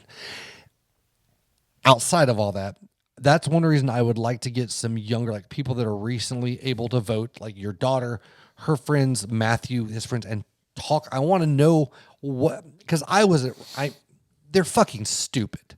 For the most part, yeah. At our age, or at their age, we were fucking stupid. And it would interest me, being the age we are now, to talk to them about politics and why they view those things, which would just, not necessarily your kids specifically. Here's the frustrate thing. the shit it's out of hard you. to have conversations with most of them because they talk in headlines. Yeah. And it's hard to argue a headline. No, it is with someone that only talks in headlines. Mm-hmm. And you can't really have you can't have necessarily a debate or conversation with someone and that's all they talk about. And especially when they're never, almost ever that age, you can't change their mind or offer them anything new. They're not open to something new. But that's the fun of it. That's not fun to me most of the time. No, because what you do, and my favorite part of that is you just break it down slowly. You keep digging and poking at that. You don't let them shift. But that's the thing is they don't hear you. Mm-hmm. They just continue to parrot what they've read and heard on their liberal news media. But they eventually run out, is my point. I don't think they do. They just continue repeating the same thing over and over again. You're not going to change their mind. And to me, it's not about changing minds. What's really fun is when you break everything down and you just see them broken in front of you because they can't deny it anymore. That's fun, right? And I don't think you can get that with the young people anymore. Yeah, there's some, but for the most part, you might not break them and realize they can't or they whatever, but you can get them to the point where they realize at least that like. The fun part is getting them frustrated enough where they either can't talk anymore or leave. Like it's the same thing to me. Like you're saying the part where they can't argue anymore. That's awesome. But just as much fun as if they get so pissed because they can't defend whatever their stance is. They're like, and they walk away. That's just as much fun. It's the same result. And you can do that with anyone if you know the right buttons to push. No, absolutely. I know I could, but See, I would like. That's why I want both sides. It's I want almost no somebody, contest. Right, but that's why it's fun. Because you might be surprised. You might get some like intelligent 21-year-olds shooting talking fish about in a shit, barrel. right? I know. I like fish and I like barrels. I like shooting. Okay. All right, dude. Well, next week, Defiant Aftercare. Yeah. And If they don't cancel on us between now and if you listen to this, we're drinking fucking Basil Hayden bourbon. Yeah. So somebody one time said that they wanted to know ahead of time. So now you fucking know. Yeah, and we did for a couple of episodes. We posted ahead of time. We need to start doing that again. I know. Like we don't actually take deciding. pictures hardly anymore. I know. We're doing really bad. Like our social media thing is like you're good about posting regularly, but we're like making no content from our episodes to post. Well, I mean, here's the But I thing. mean, we have like fucking 40 here's the thing. followers now, so who needs to try? So I use Headliner for the clips of Which the is pretty episode. good. Like you usually problem- pick out pretty good clips. Well, so the problem with it is you can't use it on an episode that's over 2 hours long. So we won't get any clips out of this episode. Right. I would have to manually go in and pick my own. And that's a pain in the ass. It's a massive pain in the ass. To do it in Headliner's even a bigger pain. If we had an editor at and one I'm pretty point, sure that my external hard drive broke today. Yeah. And I mean editor, somebody that would just like mix this for us and then like would go through and pick out clips. I don't trust anyone else to mix this for us. Yeah. No, I trust Rode. Sure, but you do a little bit. But still. No, I do. No, I would like if, but I just by editor I mean somebody that would like post it, would go through and maybe find clips to use for other shit, like somebody to do those things. And it would also be awesome to have somebody to fact check us. I would love that so much. Yeah. And then I want to argue with them about the facts they check. Yeah. I would like for someone to come on, even if it's just a short phone call and it's not Zoom or anything, to come on and tell us why we're not real men based off of that article you had earlier. You know what we should do? In this episode? No, this episode is fucking run its If course. you're still listening at this point, you're hearing what our normal conversations off mic sound like. Yeah. No, what we should fucking do. What? Are you done? Are you tired? No, I'm fine with that. I'm just, I think that this is so boring to anyone. Oh, it listening. absolutely is. I don't care at this point. We're at fucking 2 hours and 30 minutes almost. 2 hours and 20 minutes. Yeah. Almost 2:30 with the ads. But anyway, is we should fucking post on Craigslist about like couples needing relationship advice or life advice and shit like that to come and either call, Zoom in or fucking. I'm not letting anyone on here. Craigslist come in here. No, not come in, but like to call in or to Zoom in. Sure. And let us. That's the way we get that shit All rolling. right. So that's your job to post on Okay, Craigslist. done. I will do that tomorrow. If I Zoom remember. in. Yeah. Yeah. Or, all right, so don't stop at couples. If you're a single guy or a single female looking. Yeah. Yeah. Relationship advice. Or just life advice. I'm coming to Or this if you just crossroads. want to advertise yourself as being someone that's looking for a partner. Oh, yes. Want ads. Want ads. Oh, I like this. We can even have theme music. Like, now it's time for want ads. Well, we could use MXPX if we could get my career to give us permission. Yeah, use that's want true. ad. Yeah. That'd be see, genius. Brilliant ideas right now in the bottom of the ninth. I still want to know, because Hunter listens. Hunter, why have we not been invited onto your podcast yet? Yeah, you fucking cunt. Either of your podcasts. Or been Or do you given even do them interviews with any anymore? of your exes. Yeah. Which he also said he could make happen, by the way. I understand that. All right. He's busy with Elfair Media right now. All right. Hey, Hunter, I'm going to go do that open mic night at some point in the near future. It's a shame you're not here to do that, too. And by going to do the open mic night, he means he's going to go and watch again and debate whether he can do his material. No. I'm just trying to entice Hunter to come down here and do an open mic night. Oh, yeah. Because you're not going to fucking do it. I'll go. Go and do it is not the same thing. When are you gonna do it? Like every time you have the same shitty excuse. Don't every time. Shitty You've been excuse. with me once, so don't every time. The one time, but every time we talk about it, you're like, well, I don't know if they'd like my kind of. No, I didn't. I've never once said I don't know if they won't I'm like. paraphrasing. You're not There might paraphrasing. be You're ad-libbing. No, I'm paraphrasing. No. I don't want to offend. I don't want like. No, I everybody to never not said like I don't want to offend. And I never said that they may not like it. Okay, then specify. I'm not going to go up there and start doing a joke for them to go, no, and make me get off the stage. Why would you not want to do that? Because it's a waste of my time. Oh my God. It's never a waste of your time. It's a waste. Because you could get through at least one joke, and there might be one person in that audience that finds that joke awesome, and that could kick off your career. When are you going to go up there and do it? I'll go when you go. Of course. No, you're the one that loves stand-up way more than I do. You tell me when you're going to go and perform, I will go and perform. Same night. Okay. Guarantee you. Okay. And we can film it, and we can play a clip of that shit on this podcast. All right. We'll figure it out. All right. Well, until next time. Yeah. Bye. Give us a thumbs up on Facebook at B3F Podcast. Follow us on Twitter at B3F Podcast and on Instagram at B3F_podcast. Send us your questions or comments to bfff.podcast@gmail.com. Rate us and review us wherever you listen to the show. And as always, thanks for listening.